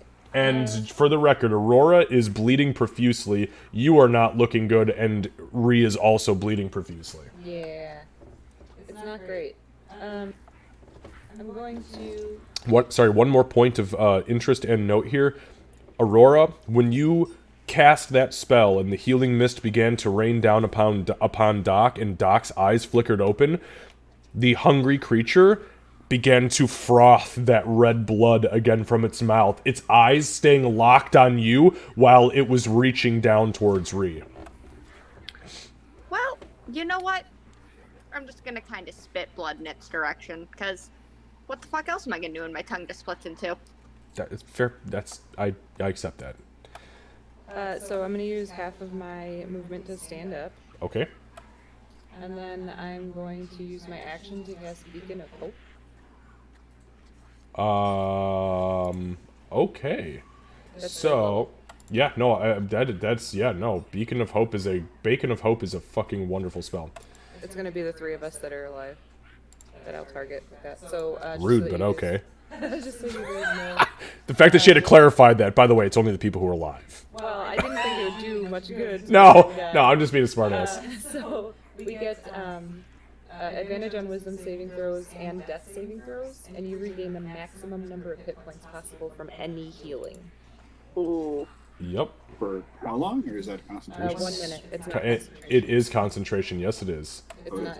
Yes, it is. Beacon of Hope. I'm looking at it right now. Concentration up You're to right, 1 yeah, minute. Yes, it It is. is. You're right. You're right. I was looking. Sorry. Yes. Beacon of Hope is concentration, so it's up to 1 minute. Yep. And then I cast the spell already, so yes, that's all I can really do. And that affects you too, correct? Yes.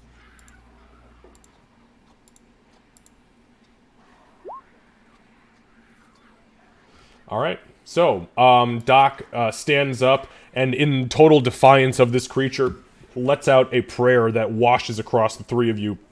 This literal beacon of divine energy springs forth from the clouds, piercing down through the darkness, filling you with courage and hope as you move and progress. Anything else, Doc? Nope. No, I can't do anything else. All right, that brings us to the shade that is immediately in front of you, Doc. Turns. That's a 22 to hit. Yeah.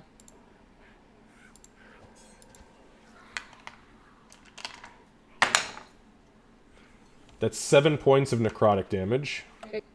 And 2 points of strength. And that's its turn. Gray, you have been dead now for 6 turns. And that brings us to the shade that is behind the hungry guy, so it is going to attack Kitty Corner Doc. And that's only a 9, so that misses. Ree. Oh, fuck this guy. Okay. Yeah, she's gonna try to attack twice at the hungry fucker. Okay.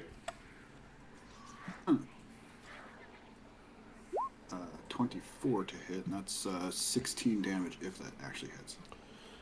So that does absolutely hit. Sorry, you said it was 8. Did you say it was? I'm sorry. Did you say it was 18 or 17? 16. 16. Okay, so it hits. It does seem like it deals way less damage than it should, even though you have a magical weapon. It's like the shadows writhe up and around it and protect it from some of that. Okay. Do it again. Nope. Fuck. Unfortunately, not. Okay. What's around me? Ugh. This sucks. This really sucks. Yeah, I'm just gonna hang out here. All right. The goblin that is down and next to Doc is going to turn its attention, seeing that the two shades have Doc pretty well pinned down on Aurora, and it rushes Aurora and leaps at you with its short sword. And that is a 19 to hit. Oh boy. And that is minimum damage. 3 points of piercing damage from that. okay. Yep. Or slashing damage, excuse me. Alright. Hungry Boy. Hungry Boy is going to reach down, eyes still locked, literally, angrily, both wide open, has not blinked since it saw the healing, and is staring at Aurora, but it grabs at Ree.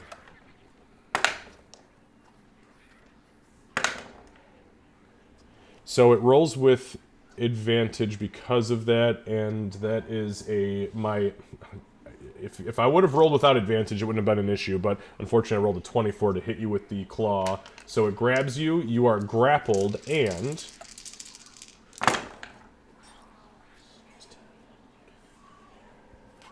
that's 22 points of damage reduced to 11 slashing.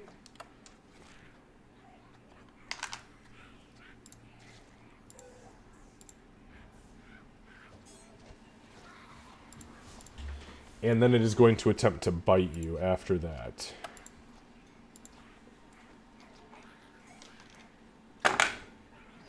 Oh my god. Candace, come look at this shit.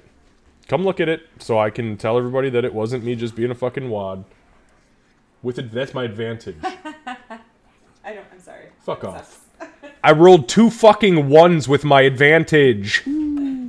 You just got real lucky. I'm telling you right. I'll tell you what this thing would deal to you if that would have been different. After all this is said and done. I thought you it's were a saying it was lot. 2 nat 20s. No. Be praised, it was not. I'm just gonna go ahead and end my turn and see myself the fuck out. I guess I'll just go fuck myself. Okay. So seeing that the Hungry Boy has got itself pretty well situated, the shade is going to move down towards Aurora, staying still within range of Ree.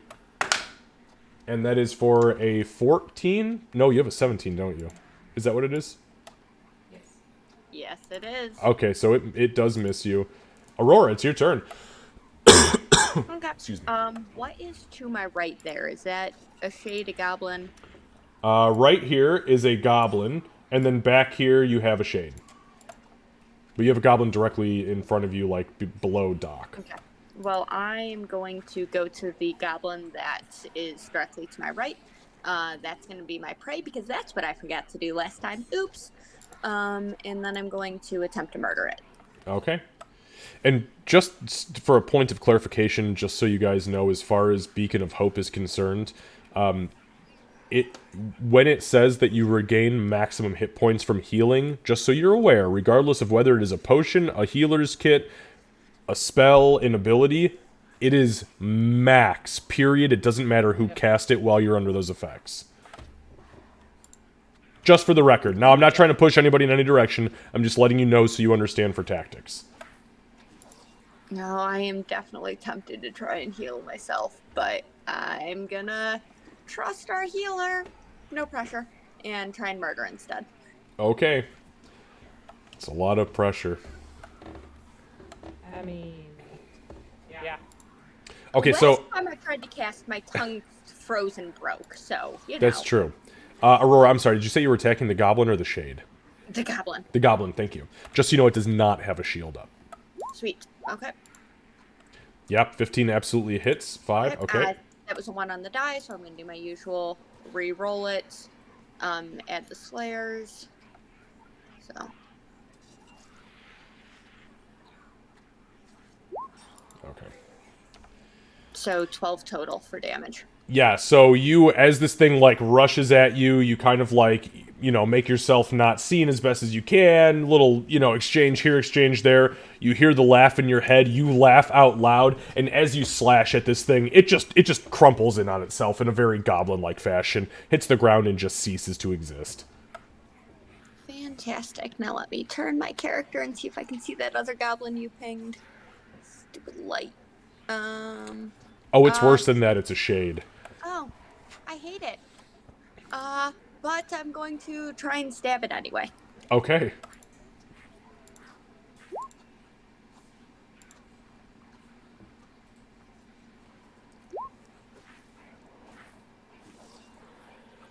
Sorry, it's being weird. Okay. Clicking. There we go, now it's rolling.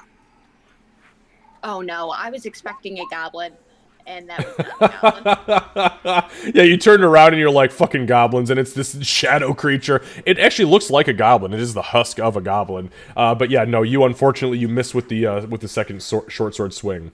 Go ahead and follow up with your dagger if you'd like. Nope, I used Hunter's. Yes. Okay. I would love an extra swing, but no. Yeah.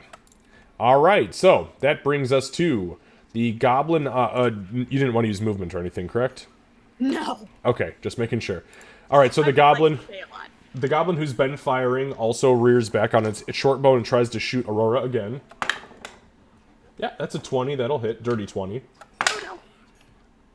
That's 6 points of piercing damage. I'm still up. And the goblin in front of Ree is gonna try to strike Ree, question mark.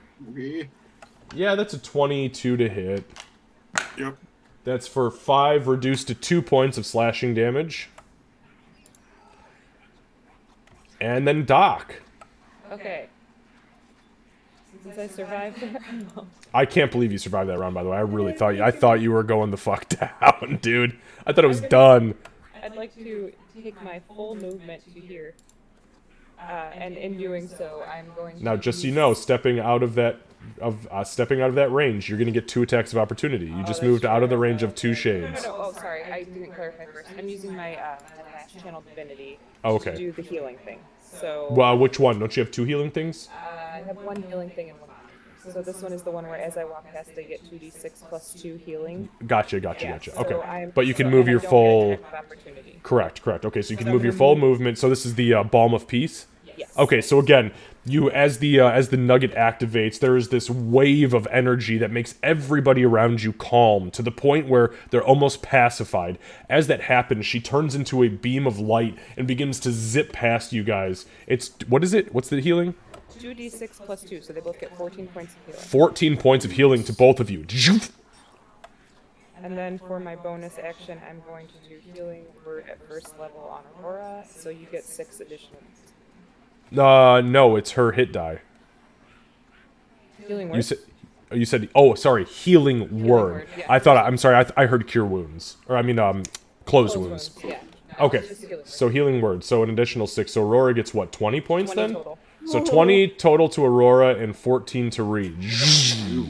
As a beam of energy just circles around you guys, she rematerializes, the beacon of hope still shining positive energy and light down upon you. Everybody's got good vibes, man, good vibes. And hopefully nothing hits me. Can't do that to myself. It says every other creature, so I'm assuming I couldn't apply that. That is correct. It's every other creature, meaning not you. Yep. Okay, that's it for me. I literally did everything. Okay. With that being said, the shade directly behind you is going to follow you. And that is a fucking 14, which misses. Gray's turn. Gray, you have been dead for 7 rounds now.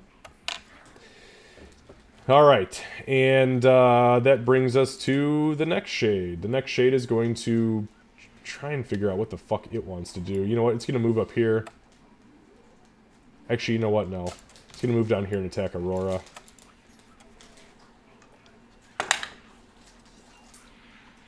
Fuck me, man. That's a 13. Okay, 13 misses. the beacon of hope is casting so much light down that it's actually throwing these creatures off. You see they're like glaring at you, like trying to see through the holy divine energy. Ree, it is your turn. Okay. I know I'm not hurting this guy like hardly at all, but I don't know what else to do. So she's gonna keep whacking. That hits.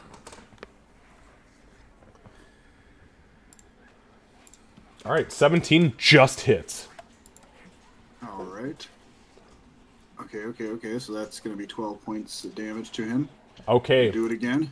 And under the glowing and vibrant light of the beacon of hope, this creature is incapable of manifesting shadows to resist the damage that it was resisting before.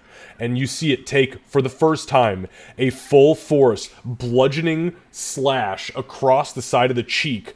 Its face splits open and you see actual blood spill out from its face. It almost looks like it's in shock.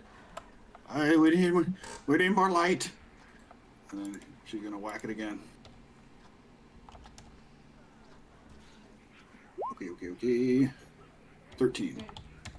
Again, you strike it in the same spot. Its cheek caves in, a tooth falls out of its mouth, and it screeches down at you furiously. The red blood and the foam now bubbling out of its mouth, and its eyes locked. One eye locked on Doc, one eye locked on you, as it seems to want to feed, seeing this health and this rejuvenation flood over the lot of you. But taking full damage now. Okay. Alright, anything else, Ree? No, because I'm grappled, so I can't go anywhere, right? Correct. Yep. Yeah. Alright, Hungry Boy's turn. So it has you grappled. In its grapple, it is going to attempt to slash you. First of all, with one of its claws. And that, yeah, I rolled a nat 18 and a 19, so the bonuses there are definitely going to hit.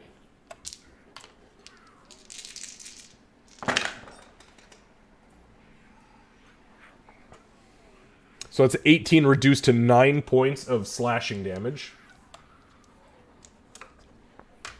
And now it's going to try to bite you, as it is now attempting to lick the flesh from your bones. Oh my god, dude, are you kidding me? This thing's got a really high bonus, and even with the bonus, my rolls were a 4 and a fucking 5. This is where the big damage deal is dealt because of the healing. This is a weird creature, and it makes me so mad. It is your fault, man. Fuck you. Yeah. It's thrown off, and unfortunately that brings it to a 13 and a 13 and a 12 respectively, and it fucking misses with the bite, which is a really lucky fucking save. I mean, to be fair, he was hitting really hard before he was banished. So. Oh, that's true. That's true. It hits even harder when it sees somebody get healed, so that's why it's almost disappointing that you know. It's hungry. It just wants to eat all of the newly rejuvenated flesh. Alright, so that brings us to the shade that is kitty corner to Aurora. Aurora, it will continue to attack you. Nope, that's a 10. That is a miss. Aurora! Oh, are you guys really going to do this? I've been nervous about a TPK here. So did I. Well, I am going to try magic. I'm going to reach forward to Doc and try a 3rd level Cure Wounds. I am inspired by the Beacon of Hope, and I really hope that it doesn't kill me in the process. Okay, so your Beacon of Hope would be what? 3d8 plus your modifier, is that right? Yeah, 3rd level. Yep, I'm checking. Sorry, it's being slow to load. That's fine. What's your wisdom modifier? It'd be 3d8 plus 2.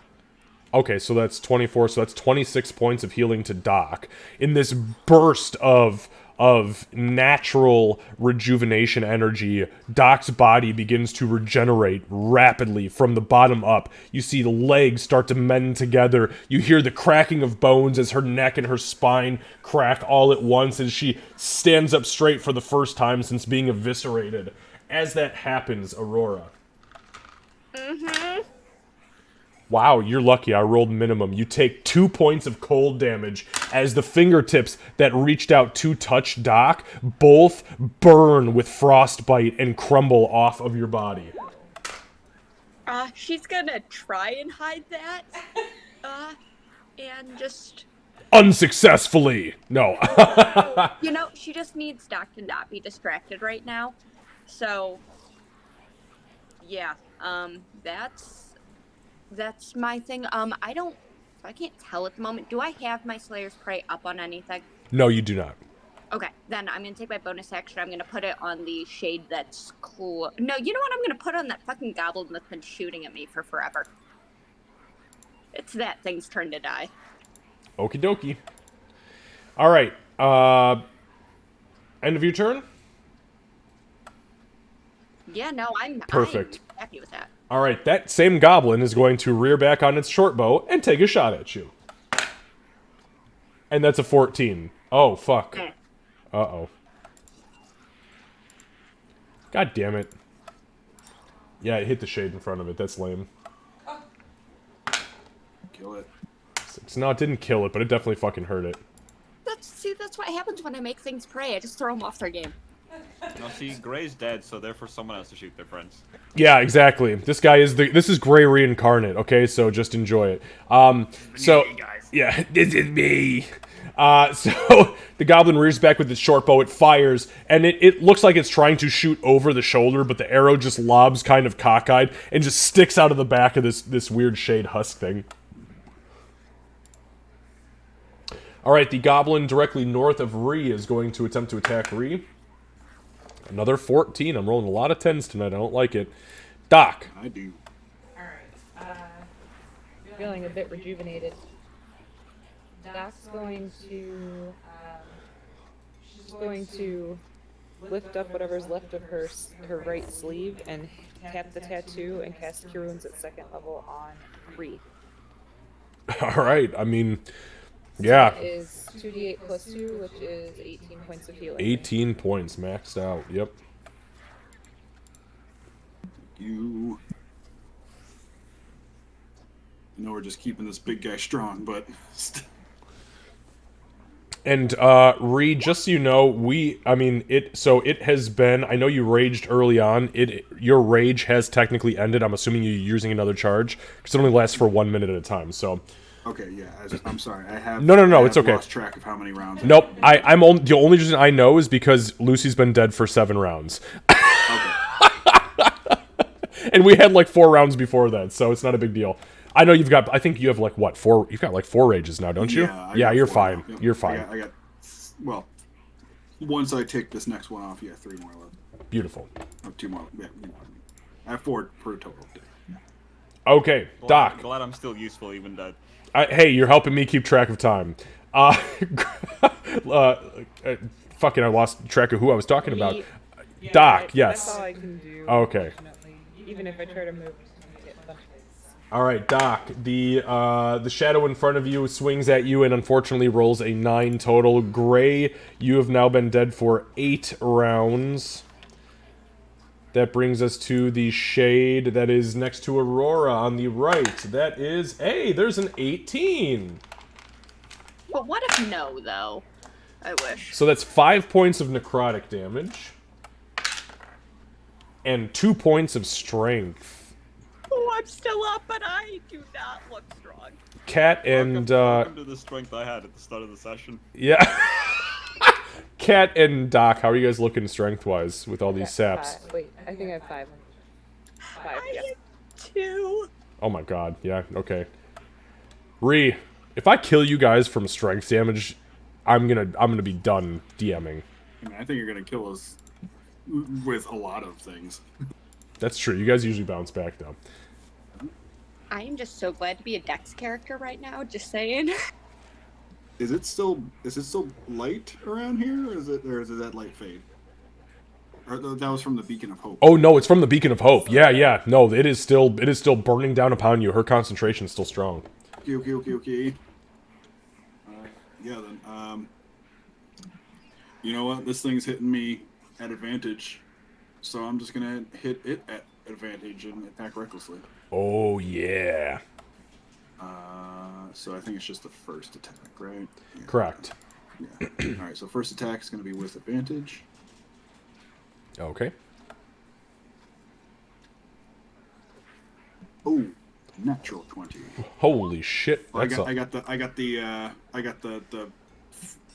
chonk dragon dice on my D&D Beyond, so I got the Thumber, whatever his name is. yeah. Thumber Chowd or whatever. Big boy. God damn, that's a big boy. A big fat dragon. All right, so we're looking, and so that's the damage total, right? So it's 18 plus your rage, so that's 20 damage total. Is that what I'm understanding? 20 total, yeah. 20. Okay, that's a lot of fucking damage. Okay, yeah, you smash this thing in the fucking dome, and it just caves in part of its face. It still looks hungry. It still looks very hungry, actually. It's not even close to bloodied at this point, but it is hurting from where it was. Okay. She's gonna do it again.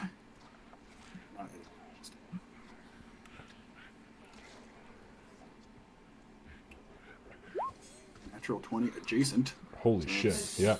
13.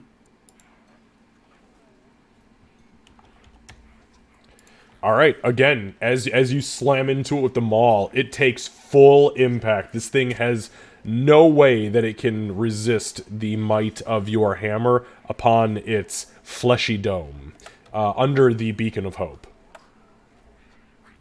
Okay, that's it. All right, Hungry Boy's turn. So, Hungry Boy is going to attempt to claw Ree. And that is, yeah, it's a 24 for the claw, which, honestly, I'd rather you take the claw than the fucking bite. 5, 10, 13, 14, 15, 16, 17. That's 18 reduced to 9 points of slashing damage from the claw as it picks you up and reaches you up towards its mouth. Let's go ahead and roll again for the bite. And that, yeah, that's a 25 to hit with the bite. So here's the nasty damage. 3, 4, 2, 3. And it's so that's 6.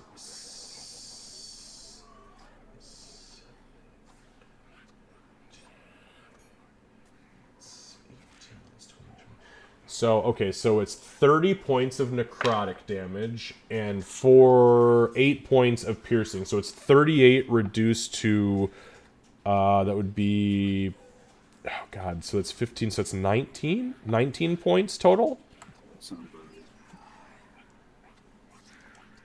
A lot of necrotic, though. As this thing comes in on Ree, Doc, you can see it clear, and Aurora, you can see it. Literally, like, as the lips touch Ree's face and neck, it just begins to rot and slosh off of her body, and the tongue immediately comes in behind it. And this thing, it's not satiated. It continues to consume over and over and over, and every time you heal, it gets more excited. Alright, the shade behind Doc is going to attack Doc, and that is a nat 20. Now, it does not deal double damage as far as the strength is concerned. It's only double damage on the actual physical damage rolls. So, 4, so that's 8, 9, 10. So that's 10 points of necrotic damage. And 4 points of strength damage.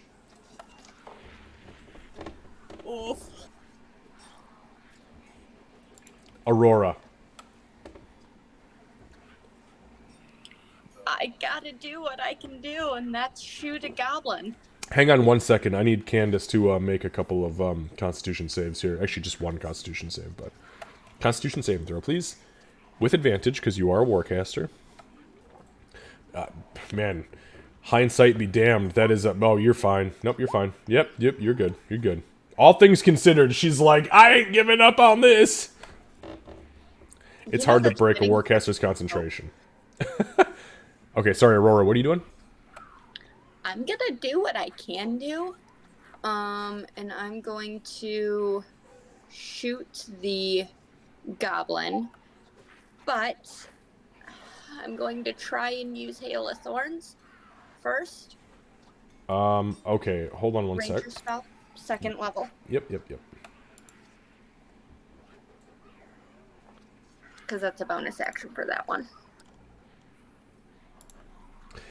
So, Hail of Thorns, not an issue, you can cast that, but I just want to let you know ahead of time, because you are surrounded by 3 creatures and firing from melee, you will be shooting with disadvantage.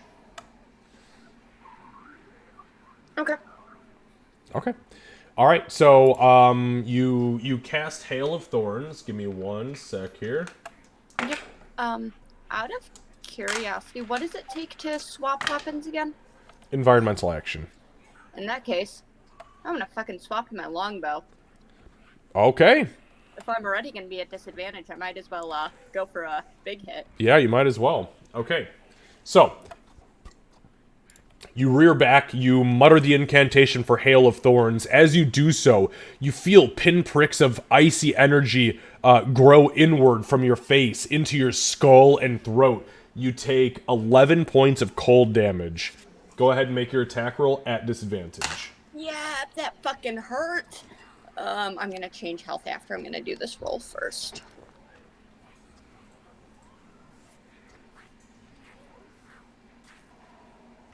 And thankfully, Hail of Thorns only goes off if it hits, so. Correct.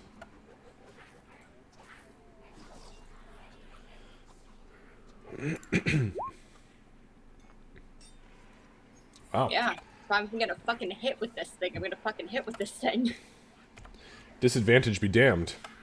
So the piercing damage alone from the bow kills the thing outright. The Hail of Thorns procs, and there's a burst of energy that manifest as small needles that rain down in an area around it. Obviously not hitting anything, but definitely killing the goblin outright. Yep, and you know what? Waste of a spell slot, but there's some theme there, and I'll take the theme. It's so much pain, though. It was not worth the pain. Alright, anything else, Aurora? She's just gonna mutter an ow, and that's it. Okay, so Ree, the goblin just north of you swings at you and rolls an 18 to hit with its short sword. That is for 6 points, reduced to 3 slashing. Doc, it is your turn. Alright, I'm gonna cast Sacred Flame on the fucking hungry thing. On the everything, did you say? What was that? Hungry. Oh, the hungry thing. I was like, how the fuck? Everything. I was like, first of all, you're not a sorcerer, so you can't twin spell. Okay, so you're gonna cast Sacred Flame on the hungry thing. Yeah. So that's a dex 13.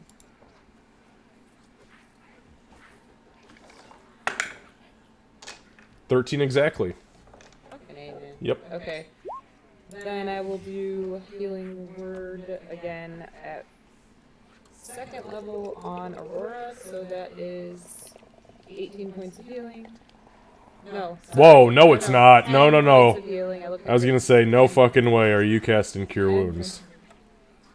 And that's it. Alright, so another pulse of energy goes up and around Aurora, and again, the creature who had finally settled down after seeing the healing effects from the last round froths up again and gets excited as it's holding Ree and screaming and licking the necrotic waste coming off of her body. We switch over to the shade to the right of Doc. That's a 22 to hit.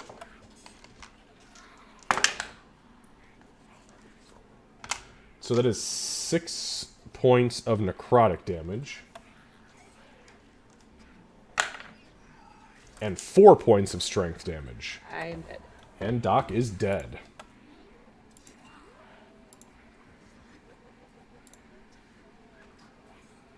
You mean dead or unconscious? I'm dead. If she died from the strength damage reduction, then she is dead. She dies. Period, point blank. Yep. Gotta remember, guys, tactics are important.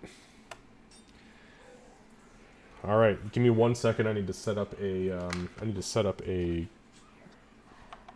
turn counter for Doc here. Doc, I have you on the golden dice, and I have Lucy on the dark dice, because that's, you know, appropriate. Okay. So, Doc hits the ground as the shade reaches out and saps the last of her strength from her body. Doc crumples to the ground and breathes once. She shudders and just ceases to breathe. Gray, you are now on turn 9.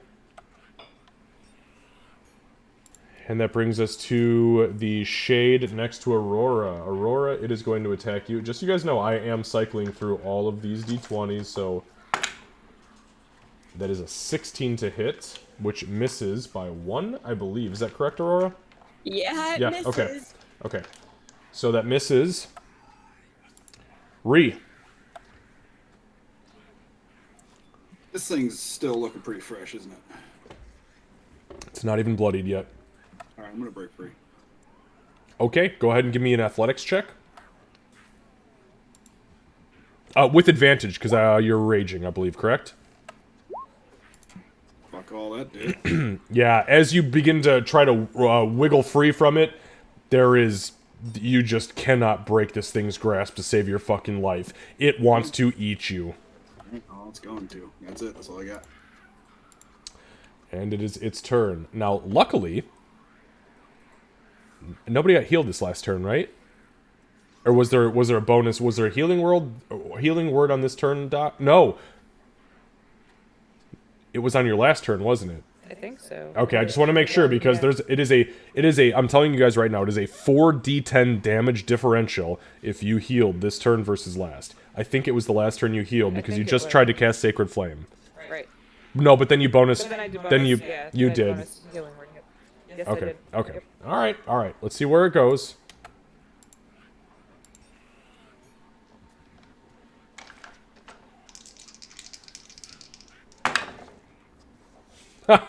Well, I rolled a 2 and a 4, so neither of those are gonna fucking hit with the claw. Oops.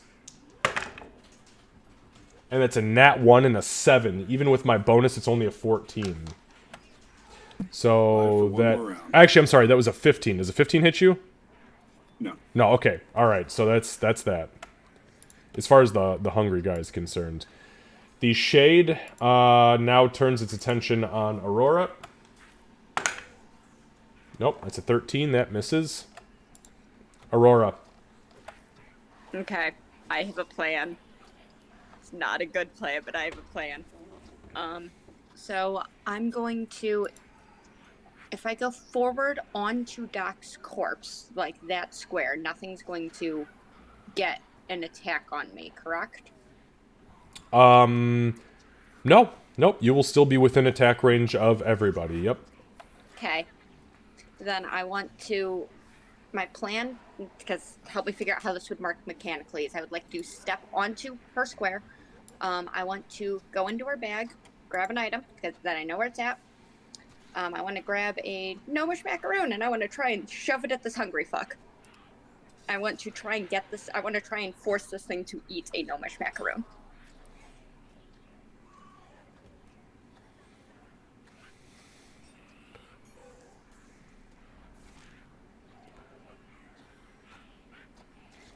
Roll an intelligence check. Okay. I'm great at those. Okay. You're better at those than strength checks. No, I'm not. Okay. So you step over Doc's corpse, as she has been completely atrophied to nothing at this point. You reach into the bag, you grab a macaron, and you are throwing it in this thing's maw? Is that what I'm understanding? I mean, yeah, that's probably the easiest way to try and do it, but this Okay. thing's hungry. Macarons are the best things ever. It's worth a shot. Okay, make just a ranged attack. You're proficient with it because it's a thrown weapon. It's a simple thrown weapon, so just make an attack roll with your ranged attack. Do it with disadvantage because you are in melee of 4 creatures. Unfortunately, mechanics and tactics do all come into play. Yeah, there's not. I couldn't step away to be able to do anything about that. Can I just do like with my bow kind of thing because it's still the ranged. Oh, yeah, Okay, yes, cool. you can, yep. Say, I mean, you get your proficiency bonus, everything, because it's a simple weapon, technically. It's like if you threw a rock. Okay. So, let me roll some percent. Actually, I need to look up 2 things real quick, just bear with me. I didn't actually think you were gonna hit. Not that I doubted you were gonna hit, I just didn't think you were actually gonna hit, so now I Oh need to... wait, shit! Hang on, no, that's with disadvantage. It's not right. One Okay, second. that's okay. Well, let's see where it goes. 21's good. A plus fucking 9 is a good bonus to have when you're rolling with disadvantage. So Yeah, Let's try this again. That was a nat 1. However, it's re-rolling because of half luck, and that's a 19. so the unfortunate thing is that with... Here's the thing, though. It's a thrown weapon, so it's with your strength modifier, not your dex. And right now your strength is sapped to fuck. It's So what... Let me check things and figure out. So what is your... Actually, I'm looking at your character sheet right now. So the difference between your strength and your dex is a +4 versus a -4. So that is a 21, 20, 19, 18. So your low is a 17. A 17 is still a hit. So that's good. Hey, I'm good Yep. at ranged things, I guess. You're a fucking ranger. I mean, come on. Come on! Alright, give me 1 sec. Let me look at a mechanics thing that I need to look up here.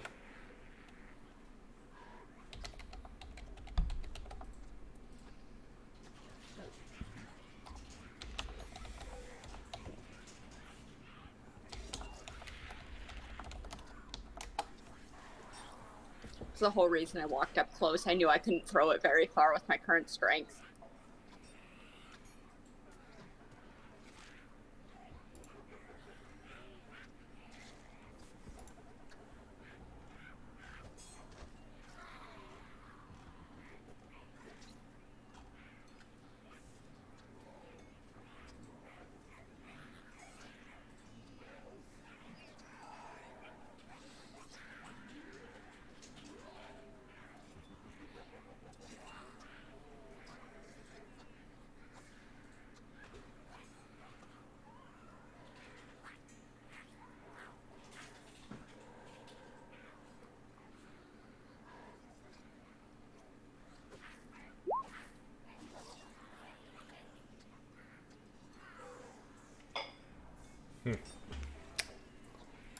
I love the resources I have out there as a DM with other DMs asking weird questions about weird shit that players do, because there's some fucking answers that make sense and some that don't make sense, but I'm going to do a thing here, so bear with me one moment. I know this combat has been really brutal. To be fair, you guys are not supposed to encounter all of these things at the exact same time, but here we are, so give me just one moment. Cat, I'll give you the option. Do you want the silver die or the blood red and black die? These are D20s. Well, gold wasn't an option, so I'm gonna go with red like the dragon that saved my ass earlier. Do you want the gold? No, girl doesn't like me. Let's stick with the dragon. The gods hate me. Here we go.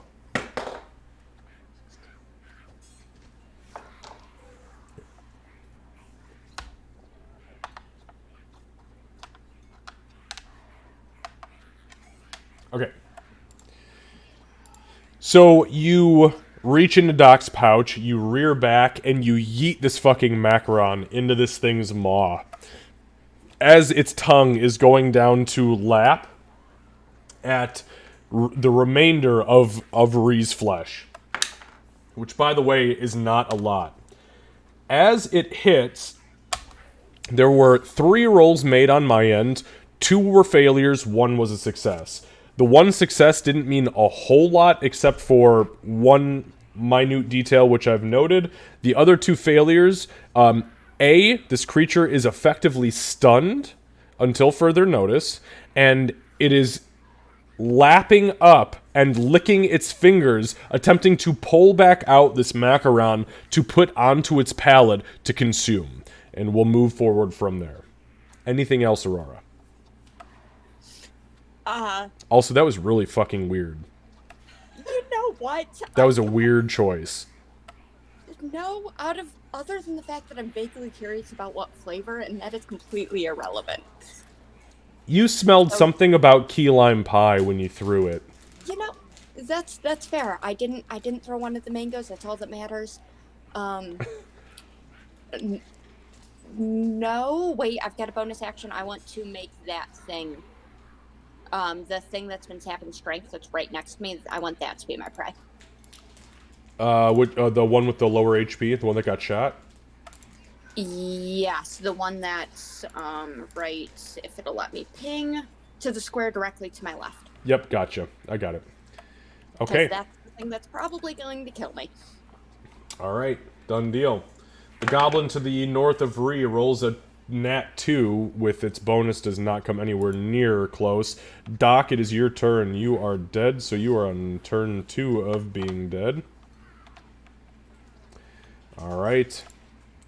That brings us to the shade in front of Aurora. Another fucking 2, so that's a 6. Gray, unfortunately, you have reached the end of your potential for Revivify, and you, my friend, have exited the battlefield.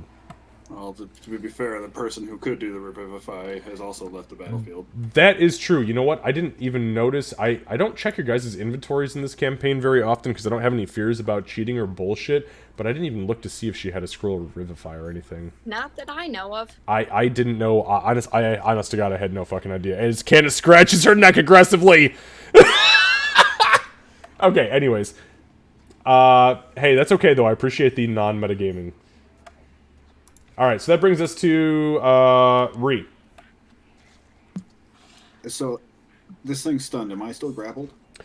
No, so it has let go of you. As the macaron hits it, it coughs, it lets go of you, and then it reaches both hands into its mouth, pulls the macaron back out, breaks it apart in its hand almost into a paste, and it begins to wipe it, like, on its lips, on its tongue, up into its, like, upper palate, like its soft palate. It's like trying to just get every fucking morsel of this thing onto its mouth. Okay.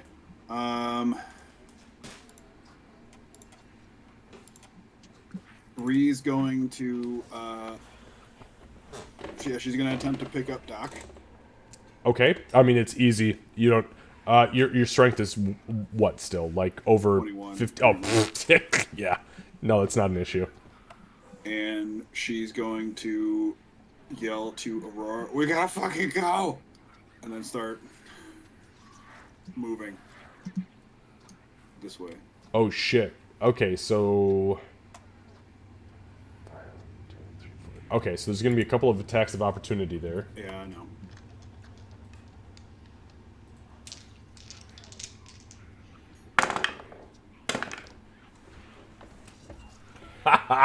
Dude. Without because each one of these creatures has a +4 to attack. What I rolled on these fucking 4d20s was a 2, an 8, a 5, and a fucking 5. Every single one of them. All of you better convert to Garlism because holy shit, luck is on your side. I've never seen that before. I've never seen. This is bullshit. Right. Have you seen Gray? We gotta fucking go. We gotta retreat. Come back.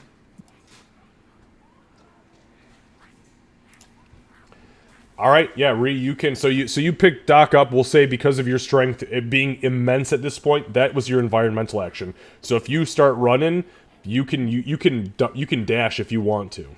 I mean, she's not gonna completely abandon Aurora. Am I allowed to speak at all, or do I need to wait till my turn? No, I'll give you a free verbal action because you didn't use it last turn. Okay. She's gonna say, "Fucking go." And a cute little pink bubble pops out of her mouth. So wait, she doesn't say anything at all. She does. Yeah, she says it, but a bubble comes out afterwards. All right, Ree's not going to dash, but she will. What was it? 5, 10, 15, 20. Move her full movement. 25, 30, 35, 40. Right here. Right there, with Doc on her shoulder. Okay. Run! Run!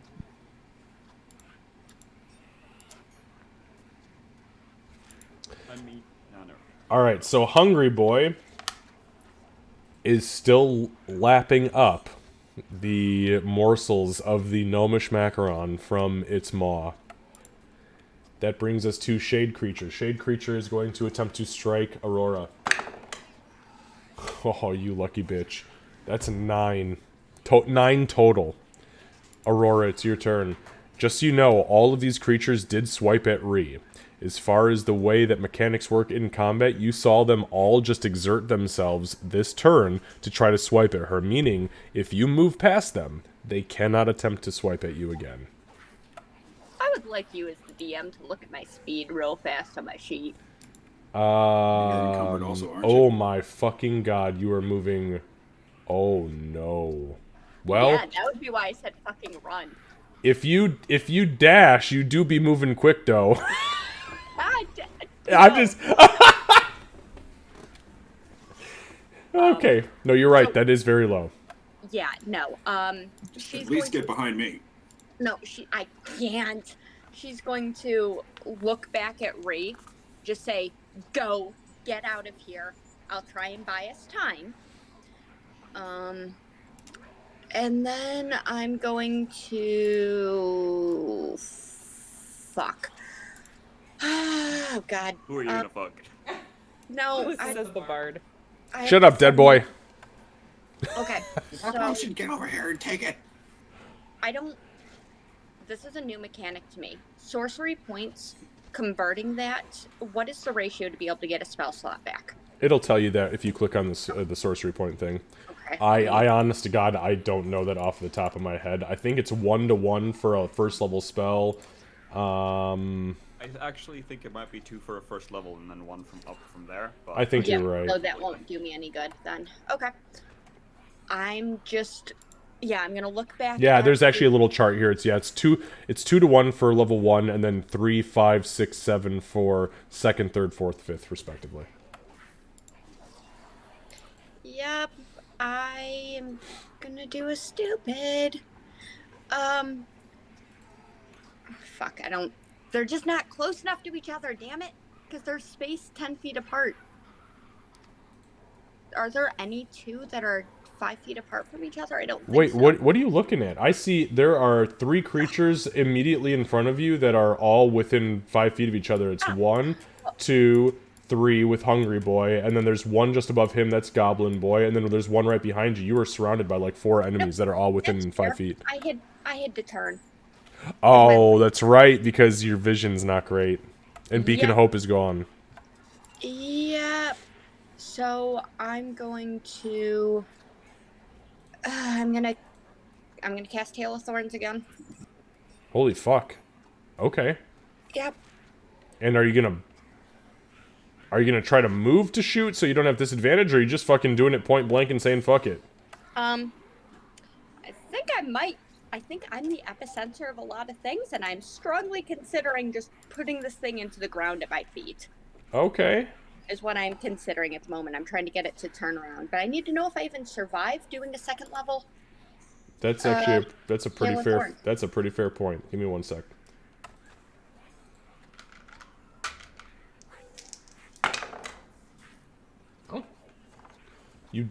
You do so you don't well hang on, you don't take damage on that chart. Let me roll the other one really quick. Whoops.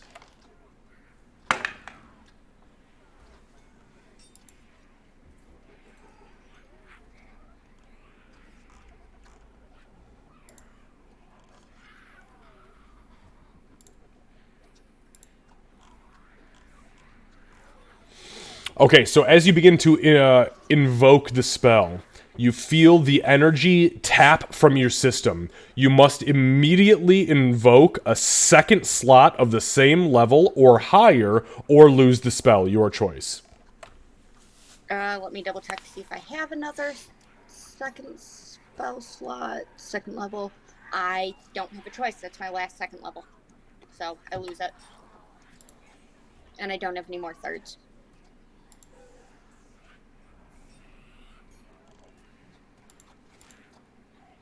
So, spell fizzles. Yep. Unfortunately, the spell fizzles. Yep. Okay. You know what? It's fine. Everything's fine. With the longbow, I'm going to shoot at blue. 2 in front of me is a goblin, correct? Correct. Okay. So,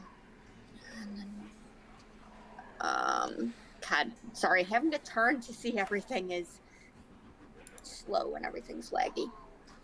Imagine how easy this would have been if Gray would not have been a prick and fucked the party. Yeah, right? I have no idea what you're talking about.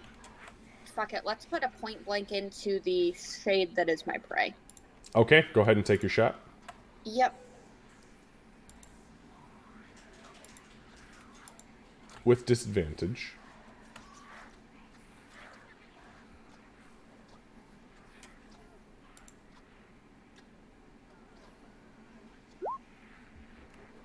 Holy shit. Alright. Bloop. Delete. Adding an extra d6 to that. Yeah, you don't even need to roll it. Nope, that he was because see that was the one that got shot in the back by his buddy. So you pull back on the longbow and you're just like, yeah, fuck off. You loose it and it blows right through his chest and the whole husk just. Okay, and then the only thing that's within attack of op range that I'm seeing, please correct me if I'm wrong based off of light, is stunned, so I should be able to move. You can move anyways. They all took their reactions. Oh, yeah, you're right. So I'm going to loose my second arrow at the goblin that's to the north. of me, Yep, and okay. I'm going to move 1 square. My whole movement. Okay, go ahead and take your shot with disadvantage.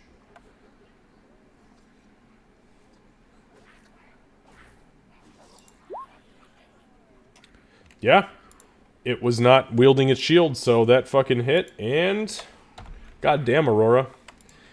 He only had 6 hit points, so you rear back, you fire the second shot, and he's just like backwards onto the ground as you take your 5-foot step in whatever direction you would like. Yep, I'm gonna move southwest within it. It looks like she's trying to run. So yeah, I would say I did some work with that single round, even if I lost a spell. All right, that brings us to Doc's turn. Doc, you are now on turn 3 for dead. The Shade is going to move its turn, and just so you guys know, I know it's about 9:59. We're going to move to the top of the round, and then we'll stop there. So the Shade moves up. The Shade is going to attack Aurora. I rolled a nat fucking 1, and that was my good, cool die, damn it!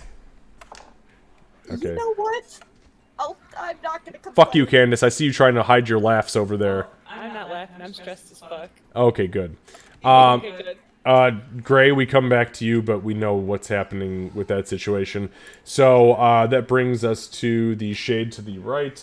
The Shade... Oh, wait, nope, that's top of the round. We're gonna stop there. We'll start the whole next session with, that thing unfolding. So, for the record, Doc, you are on round 3 right now. I'm gonna take 2 notes really quick. Bear with me for 1 moment. And just since we're going to end the session here because it is the top of the round, Lucy, if you would like to tell us your story about the one shot you had today, I am going to turn off the crazy shit. Oh, I loved it so much, though. There we go. Give me 1 second. I'm going to take some notes, and Lucy, please regale us. Right, so on a more lighthearted and wholesome note, I'm going to start first with the backstory of my Minotaur, just because it was meant to be funny and ended up actually quite good. So my Minotaur was from a tribe that got attacked, and he managed to escape. He then joined a pirate crew for a while, where he met one of our other player characters, who's a dwarf warlock specializing in fireball. And that was his ship's captain. The captain sent him on a mission one day into port, and because he had a 6 in wisdom and intelligence, he got lost. And while he was lost, an elf, who's another character in our campaign, showed up with her guard, and because he has a 20 in strength, armed wrestled her guard captain, beat him, and they recruited him basically. While he was there, he met a. This isn't part of the backstory at first, but while he was at the elves, he trained and became her official bodyguard, and then later on they'd leave. But what wasn't official was he married a unknowingly Dampier, which he thought was just an elf that avoided the sun. And as the story begins, we walk into town, and he sees, for the first time in a long time, his captain again, without a ship or any crew. They gather together to go to the bar. He picks up the elf and the captain, put them on their shoulder, and they go to the tavern. And the tavern owner asks them to get rid of some trouble that's quite in the back of the bar, because who are literally just bandits who won't refuse to pay and are basically robbing the place. We take it outside. We take the battle outside because they want to not break the building, which is fair. And the fight ensues. The captain kills most of the bandits with a single fireball, leaving only 4 bandit captains up top, to which my character charged into. And because of my staggeringly high AC, which was 20 on a barbarian because of my magic shield, I smacked one of them around quite a bit. And as the fight continued, we eventually stopped them and beat them off, except for one who ran away. And managed to get away. We go in, we celebrate. The tavern keeper gives us 200 gold each, which was the most this town ever had, but it stopped their bandit problem, so they didn't care. We celebrated. We paid for drinks on everyone, giving about 40 gold back. And we spend the night there. During the night, we get scratched. We hear scratches from outside. Oh, and, not good. After, well, we hear the scratches outside, and my Minotaur opens the window, says, "Shut up! It's in the middle of the night." Here's someone go, "Well, come outside and fight me then." He goes, "It's too late for that," and then shut the window again. Which, after more scratching, opens the window again and says, "If you don't want to fight me outside, then at least let me come in." Which kind of signifies that this was a vampire. A full-on one. To which he was like, "Fucking fine, if you want to fight, you can wait till morning," and he shuts the window again. Literal dumb luck. Yeah, and no, what actually happened was the vampire scratched the 3rd time and woke him up, and at that point the captain's like, "Let's just fight him." The elf stayed inside for the moment because she was like, "I'm not worried. This fight isn't worthy of my royal stature." To which I was like, "Fair enough." We walked outside. We fought the vampire, and as my bull charged the vampire, he got charmed because 6 wisdom. No. So, as he turned around, he said, "Sorry, Captain, but this vampire is bloody gorgeous." Put his shield down in front of him. To which the captain said, "Not again." Oh god, this is not the first time. Yeah. Because it was a one-shot, we kind of went pretty ridiculous. So the captain tried to shoot the vampire in the back. Tried to shoot him because he was behind me, but missed. Sadly. And then the elf jumped out the window. I was like, "Okay, this is bad." Jumped out the window, turned into a fire elemental because she was a Circle of the Moon druid, 10th level, and ran over both me and the vampire. So that would have done 2d10 to the vampire, and a single d10 to me. If it weren't for the fact that I have my shield allows me to take damage, no matter what it is, from 1 dice off the creature. So I took most of the damage, which, because I was also Totem Warrior Barbarian, did nothing. I had 180s HP. That did nothing to me. Wow. And as that happened, it was the vampire's turn again, and he said, "Oh, thank you, thank you. You seem to me a lot more useful." To which my character replied with, "You remind me of a woman I know back in the Elf Forest." To which my DM was like, "But did you marry someone back there?" I was like, "Yeah, I'm sure. Why not? I don't know." And he's like, my DM rolled a d20, and it was a natural 20.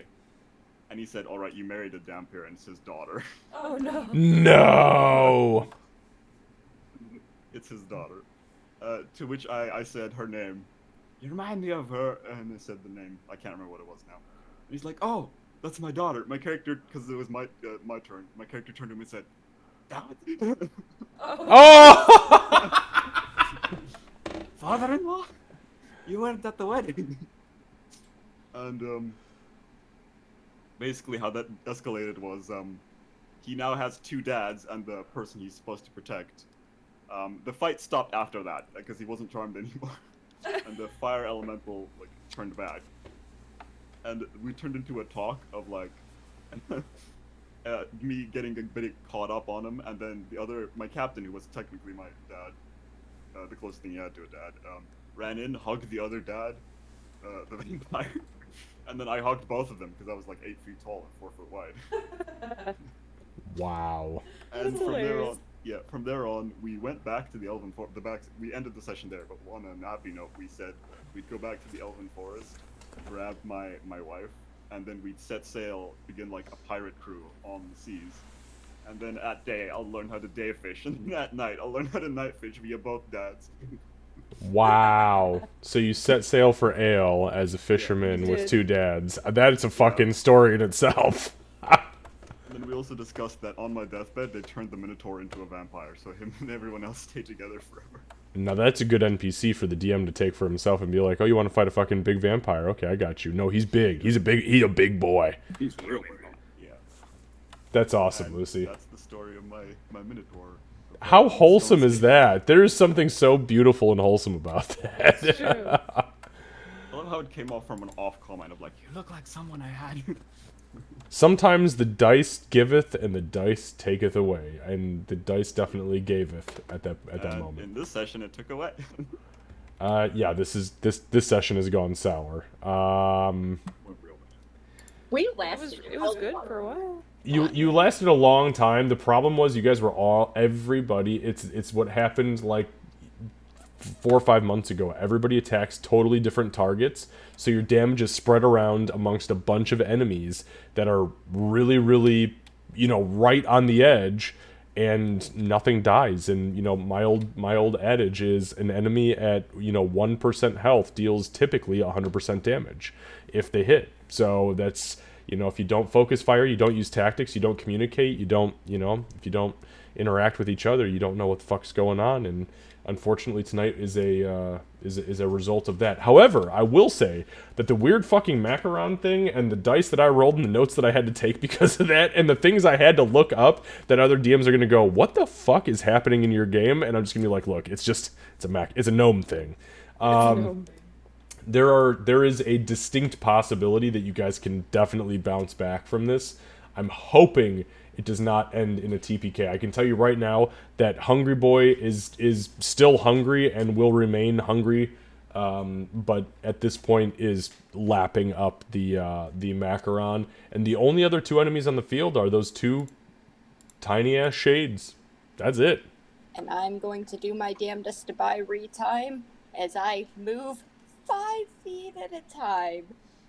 But, 2 arrows. And I can't believe I've hit every time with that fucking longbow. As a halfling. I don't like it. I don't like it at all. I do. Keep firing. But also, Xavier, keep rolling bad. Dude, some of these I had to call Candace over here on that the fucking advantage with double ones. I was just like, this is bullshit. This is just as bad as Aurora rolling her halfling luck and rolling 2 1s 4 times. I hate it. All right. Well, we'll pick back up next week on Sunday, same time, same place, and we will be literally at the top of the round. Now, it will be the Shade's turn, followed immediately by Ree, followed immediately by Hungry, and then Aurora. Doc is gone at this point, and Gray is beyond Revivify capability at this point, so you guys will have to kind of bounce back. But as far as enemies within the vicinity of where you're at right now, what you see on the field, which is these 3 entities, that's it for the time being. So Yeah, you guys did a lot of work. I mean, that was fucking dirty business. The banishment was genius. If you wouldn't have lost the banishment, that would have changed went things. down. Yeah, shit turned immediately when that happened. Yeah. I don't know, that beacon of hope, though. Oh, the Beacon of Hope opened shit back up. Yep. How many sessions are we going to start with Rhea and I while Doc's dead and Gray's dead in jail? Like, Thankfully, Gray has never died before, so this is Gray's first shot. Now, we'll see how Gray's luck pans out, because there's only a 1% chance that he doesn't come back from a regular raised dead. So we'll see how that pans out in the future. On that note, I might ask you some things throughout the week. Yeah. That has a part in my backstory. Oh, I am well aware. Send me messages, and we will iron things out. Yeah. All right, guys, we will end tonight there. And we will see you all next week. Have a fantastic week. Hopefully it stays sunny and nice up by you, Kev, and that the rain hopefully gives itself up. Because that's bullshit. Yeah, that'd be nice. It's like, enjoy your work week. You get to sit inside now. But yeah, next weekend it's going to rain. Yeah. All right, guys. Take care. Good night, everybody. Good night, thank you. All right, guys. So we are... We are going... Whoops. We're not going to Ryad. We are going to raid. Let's see. We are going to raid... We're going to raid Serena.